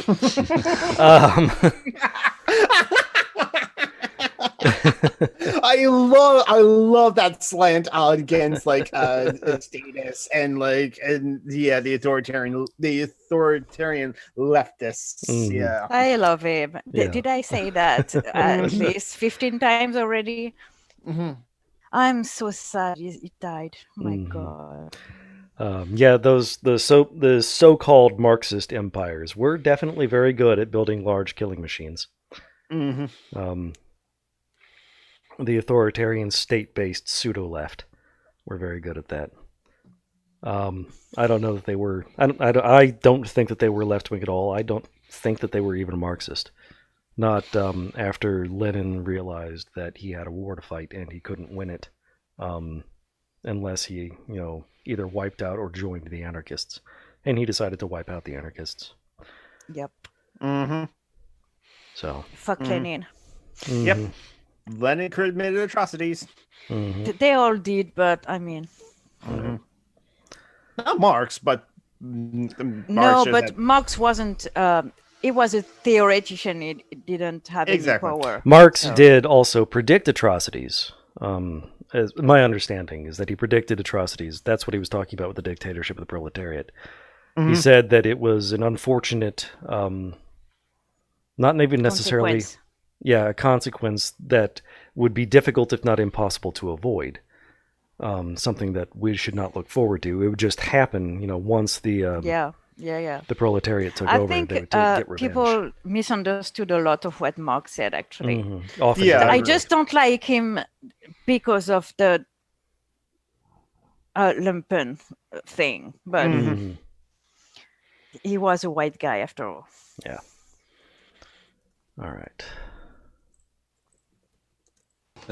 They were pretty good at it. Yeah. But, when you get 1989, 1991, the wall falls, those regimes fall apart. Suddenly you're back at an age where it seems like you're back in the 1890s. It looks like war between industrialized countries is impossible. You have globalization again. Right. Suddenly the anarchists are back. And in a way, it's very funny because in the 90s, people were talking about history is over. This is the end of history. Nothing will really change. It seems only one person to know about that was Francis Fukuyama. Was talking about everybody kept repeating it. It's the line they all gave to us. And now it seems exactly the opposite of the case. History is madly accelerated. It's happening. The same things are happening, but much, much faster. So that you have that period, but it only lasts 5 or 6 years, and suddenly global elites seem to panic. You have this massive internationalist movement. It's anarchistic in sentiment. Its ideas are coming out of anarchism, even if most of the people in it aren't themselves anarchists, much like in the 1890s, 1900s. And what do? They go off and start a war. I mean, it doesn't really matter who you start a war with. You need to have a war. That's the only way you can really have an excuse to suppress dissent, call in nationalistic sentiments. But in the long term, I don't think it's going to work. I don't think we're going to have another 75 years of world war. I don't think, first of all, it would be possible without blowing up the world. And I think so you're not, because of the technology, because therefore you're optimistic about the future. Yeah, I'm very, very optimistic. I mean, I think that what we're seeing now is a kind of panic reaction of global elites who didn't expect to see this. I mean, it's hard for us to remember now the way they were talking back in the mid-90s. Back in 2000. Someone had a comment? No, I was thinking that is right, but I don't think he knew how long that panic would last because we're still in it. Mm-hmm. I mean, we're still in both Iraq and Afghanistan, although I've heard liberals claim that Obama actually ended the war in Iraq. Honestly, okay, so the interesting thing, I remember hearing Eyes Left podcast. They said that like in 2000, Obama had promised, made several promises, like he will close Guantanamo Bay and will be out of Afghanistan in 2014. He did not fulfill those promises, along with other promises.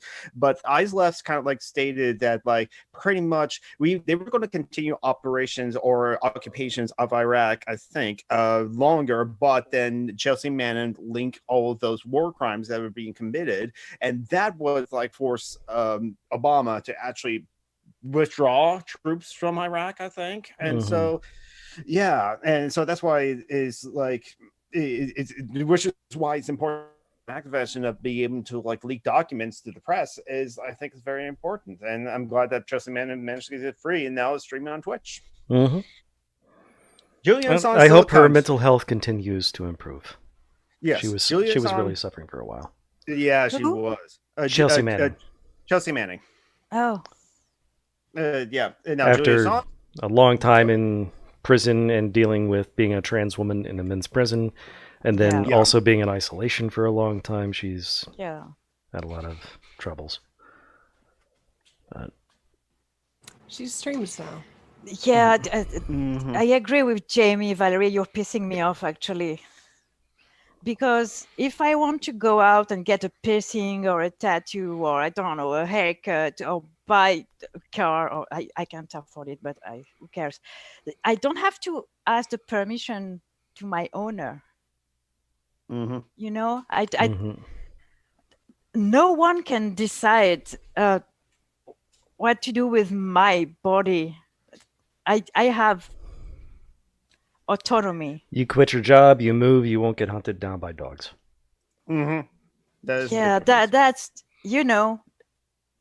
No, we're not. We are something else. We are definitely exploited, but we are not slaves. There is a difference between exploitation. There's a difference between a proletariat and being we are not owned property. by someone. We are not property. You really have to understand that. We are not property. It's very... A slave couldn't quit their owner and go to a different owner that they hoped would treat them better. They had no autonomy. The fact that we are exploited for profit is bad. We're not denying that. It's not slavery. It's terrible, but it's different. And I don't think it's a difference just of a matter of degrees. Yeah. I think it is a difference in kind. It's different in the very nature of how it is that society is structured. We are a person. They were objects. They were property bought and sold. They were property. Do you understand that? Please, it's not a question of leash. They were objects. Their bodies could be used, abused, someone. destroyed. They could be tortured and mutilated at a whim. And they were. We are not property. We are still person. Even if we the proles, don't have as much value, quote unquote, in capitalism than the owning class, we are still people in the eyes of the society. Even if there is prejudice and all that, we are still beings, we are still subjects. They were objects. That's a difference that is massive. And if we equate our exploitation as being like serfs, peasants, under the capitalism, as we equate that to being slaves, we're kind of mitigating all of like the wars and all of the efforts that people have fought to free the slaves as well. It's not my logic. It's just... Anyways. And there's also the fact that as a proletarian, you have some potential that maybe someday you might not be. A black slave who was stolen from their family and kidnapped and treated as property, that was their life now. Forever. There was no way around that because of the racialization of who they are. It's completely different. Yeah, in order to escape that, they had to basically flee across multiple nations, given how large the U.S. was. And there was always the chance they'd get captured again when some other slaving ship came in for trade. I mean, even if they escaped to the north, to the Native American territories to the west, down to Mexico to the south, they had lots of places they could flee to, but they were all across incredibly dangerous territory, being hunted the entire way. It's a very, very wildly different situation now. It's not my logic. You have to consider it's the lives of those people and their descendants, because there are people today whose parents and grandparents were property. I mean, I can't emphasize,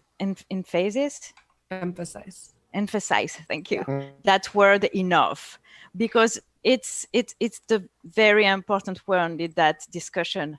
Property. They were not considered human. They were property in the same sense that a business is property, not in the same sense that someone works for that business. Yeah. They Yeah. were Even property in women the were same less sense. property than slaves were. Women Yeah. were still Yes. property, but they had rights and considerations. They could, for example, file for divorce. It was very difficult, and they would suffer as part of it, but they could emancipate themselves from their owners in a way a slave couldn't. Women had to carry the progeny of those men, so they were considered human, even though barely. But it was, no, I'm agreeing with you. Anyways, that's a very important distinction. I'm not offended by the expression wage slavery. I don't think it's accurate, but it doesn't offend me. What I find offensive here is the idea that we are all slaves. No, we are not. Yeah, I expressed that before on my Facebook, and then someone who I respected really kind of laid much of this out, and I considered that and agreed with them, and so yeah, and I changed my opinion on it essentially. Okay. Will we ever get to the end of that video? Is the mystery of the night. Now you know how Kevin and Christy suffer. All right. We thought it was going to take about 10 years to unseat the Washington Consensus, people in the movement. Now, what's the Washington Consensus? Well, the idea that essentially that all historical questions, economic questions, political questions are over, that we'll have a certain type of limited parliamentary democracy, but governments won't really decide on economic policy. We'll have these institutions like the IMF and World Bank, certain type of supercharged, what's called neoliberalism in the rest of the world. I can make an argument easily. You know, the sense of the acceleration of the internet's impact on us, clearly an international phenomenon. Certainly. Is less than 10 or 11 years in terms of its real impact when it began to get momentum, which was around 95. I mean, you can go back and talk about Netscape and a browser and all those kinds of technological innovations. Yeah, of course we do. But it made, and then search engines and all the things that have erupted. It's been a very short time, and it's accelerated beyond all of our imagination. Absolutely, I think you're right. And we have no idea what it would imply. I mean, this is one of the reasons I think something like anarchism is so important to put on our horizons, because it's about trying to reimagine the world, reimagine different ways of relating. And the one thing that we know is history is moving so quickly, things are going to change. The type of capitalism that we have now will not exist in 100 years. What kind of capitalism will exist in 100 years? I agree, Joe. I don't know that they are deliberately, with open, honest malice, trying to reduce us to the state of slaves. I think that is kind of the end goal of capitalism. If they could, but they can't anymore. Well, they can't at the moment. They're working on it, taking away rights and so on, piece by piece. Well, in your country, yes. Yeah. And they would definitely expand beyond that. That's the goal of capitalism. It always puts downward pressure on wages. It always puts downward pressure on rights. Sorry, Jamie is right. Good call, Jamie. Yes. So, the goal of capitalism is to reduce us all to the state of slaves. I don't know that maybe Peter Thiel, a open white supremacist supporting neo-Nazis, apparently. Well, not open, but apparently a closeted white supremacist. If one day we become slaves, well, we can call ourselves slaves. We are not now, so. Yeah. I don't really like how-aboutism. How 1, 2, 3. How about ism? What about ism? Yes. Yeah. Gotcha. Thank you. You're welcome. Oh, okay. I just realized that you accidentally said "how about us" and when you meant "what about us." Yeah, but that's because in French they're the same. What if? Right. What if we were blah blah blah? Why? I don't. I'm busy enough thinking about what is. What if? Let's tackle that when We're there, okay? Mm-hmm. And hopefully we'll never have to deal with that hypothetical. Mm-hmm. Maybe something very different. We don't know. Because it There's will no die way we of can what? know. It will. Well, I mean, the one thing we know is that 100 years ago, the world was very into different. something Yeah. bigger, better, more powerful, or I think that we have no idea. I mean, this is my way of thinking of it. We know that 200 years ago, the world was incredibly different. 100 years ago, it was very different. We can... 25 years ago is incredible. Exactly. I mean, if anything, change is speeding up. Yeah, exactly. Right. Change and- is accelerating. Yes. The velocity of change So- is exponential. The assumption that these questions are answered, that human possibilities are pretty much fixed, I think is absurd. We can't guess what the world is going to look like in 100 years, but we can try to create positive examples of alternatives which can inspire people and provide ways out, because we do know it's going to change. The question is we don't know whether it's going to change for the better or the worse. Before I end this, what are you going to do? I love that Yeah. man, for That's good. fuck's sake.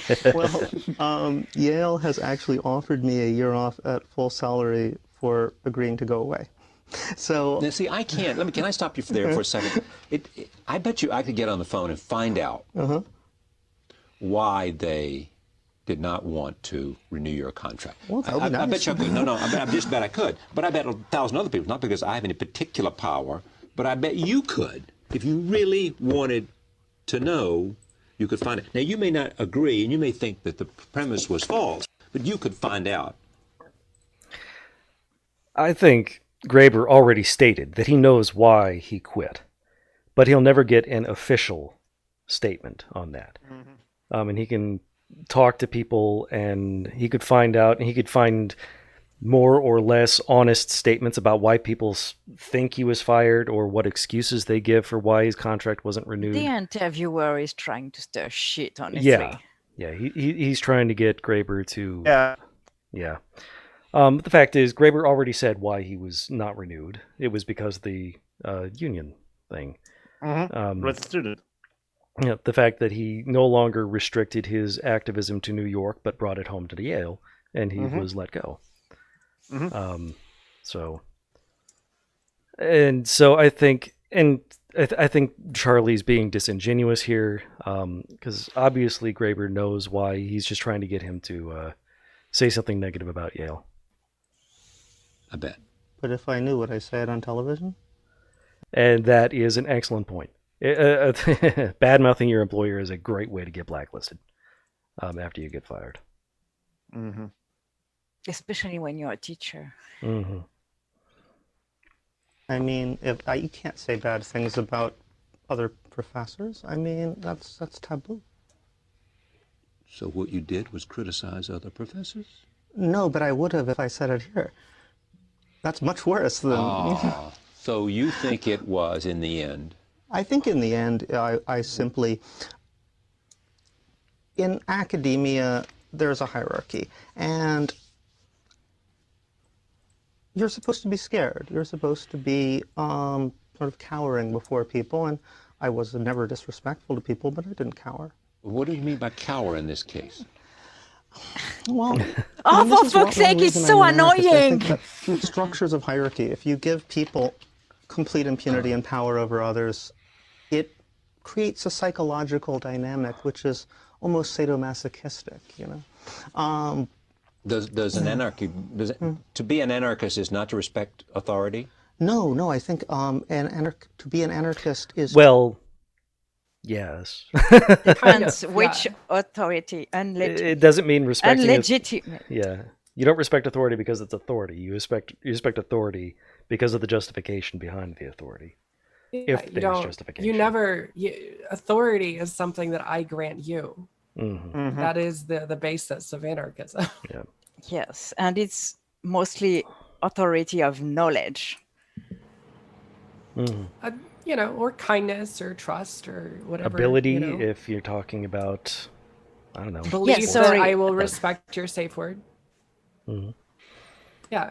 There's lots of justifications for authority, genuine justifications, but Mm-hmm. we don't respect authority as a justification in itself. No.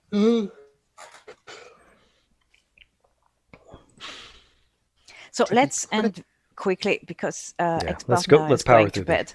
Yeah. Of authority, and to always examine Where authority is just by definition. Well, no, to always examine authority critically to see if it's legitimate. Yeah. And I think there are forms of authority that are legitimate, but you don't worship authority as a thing in itself. Yeah. I mean, for example, take, I like the notion of self-subverting authority.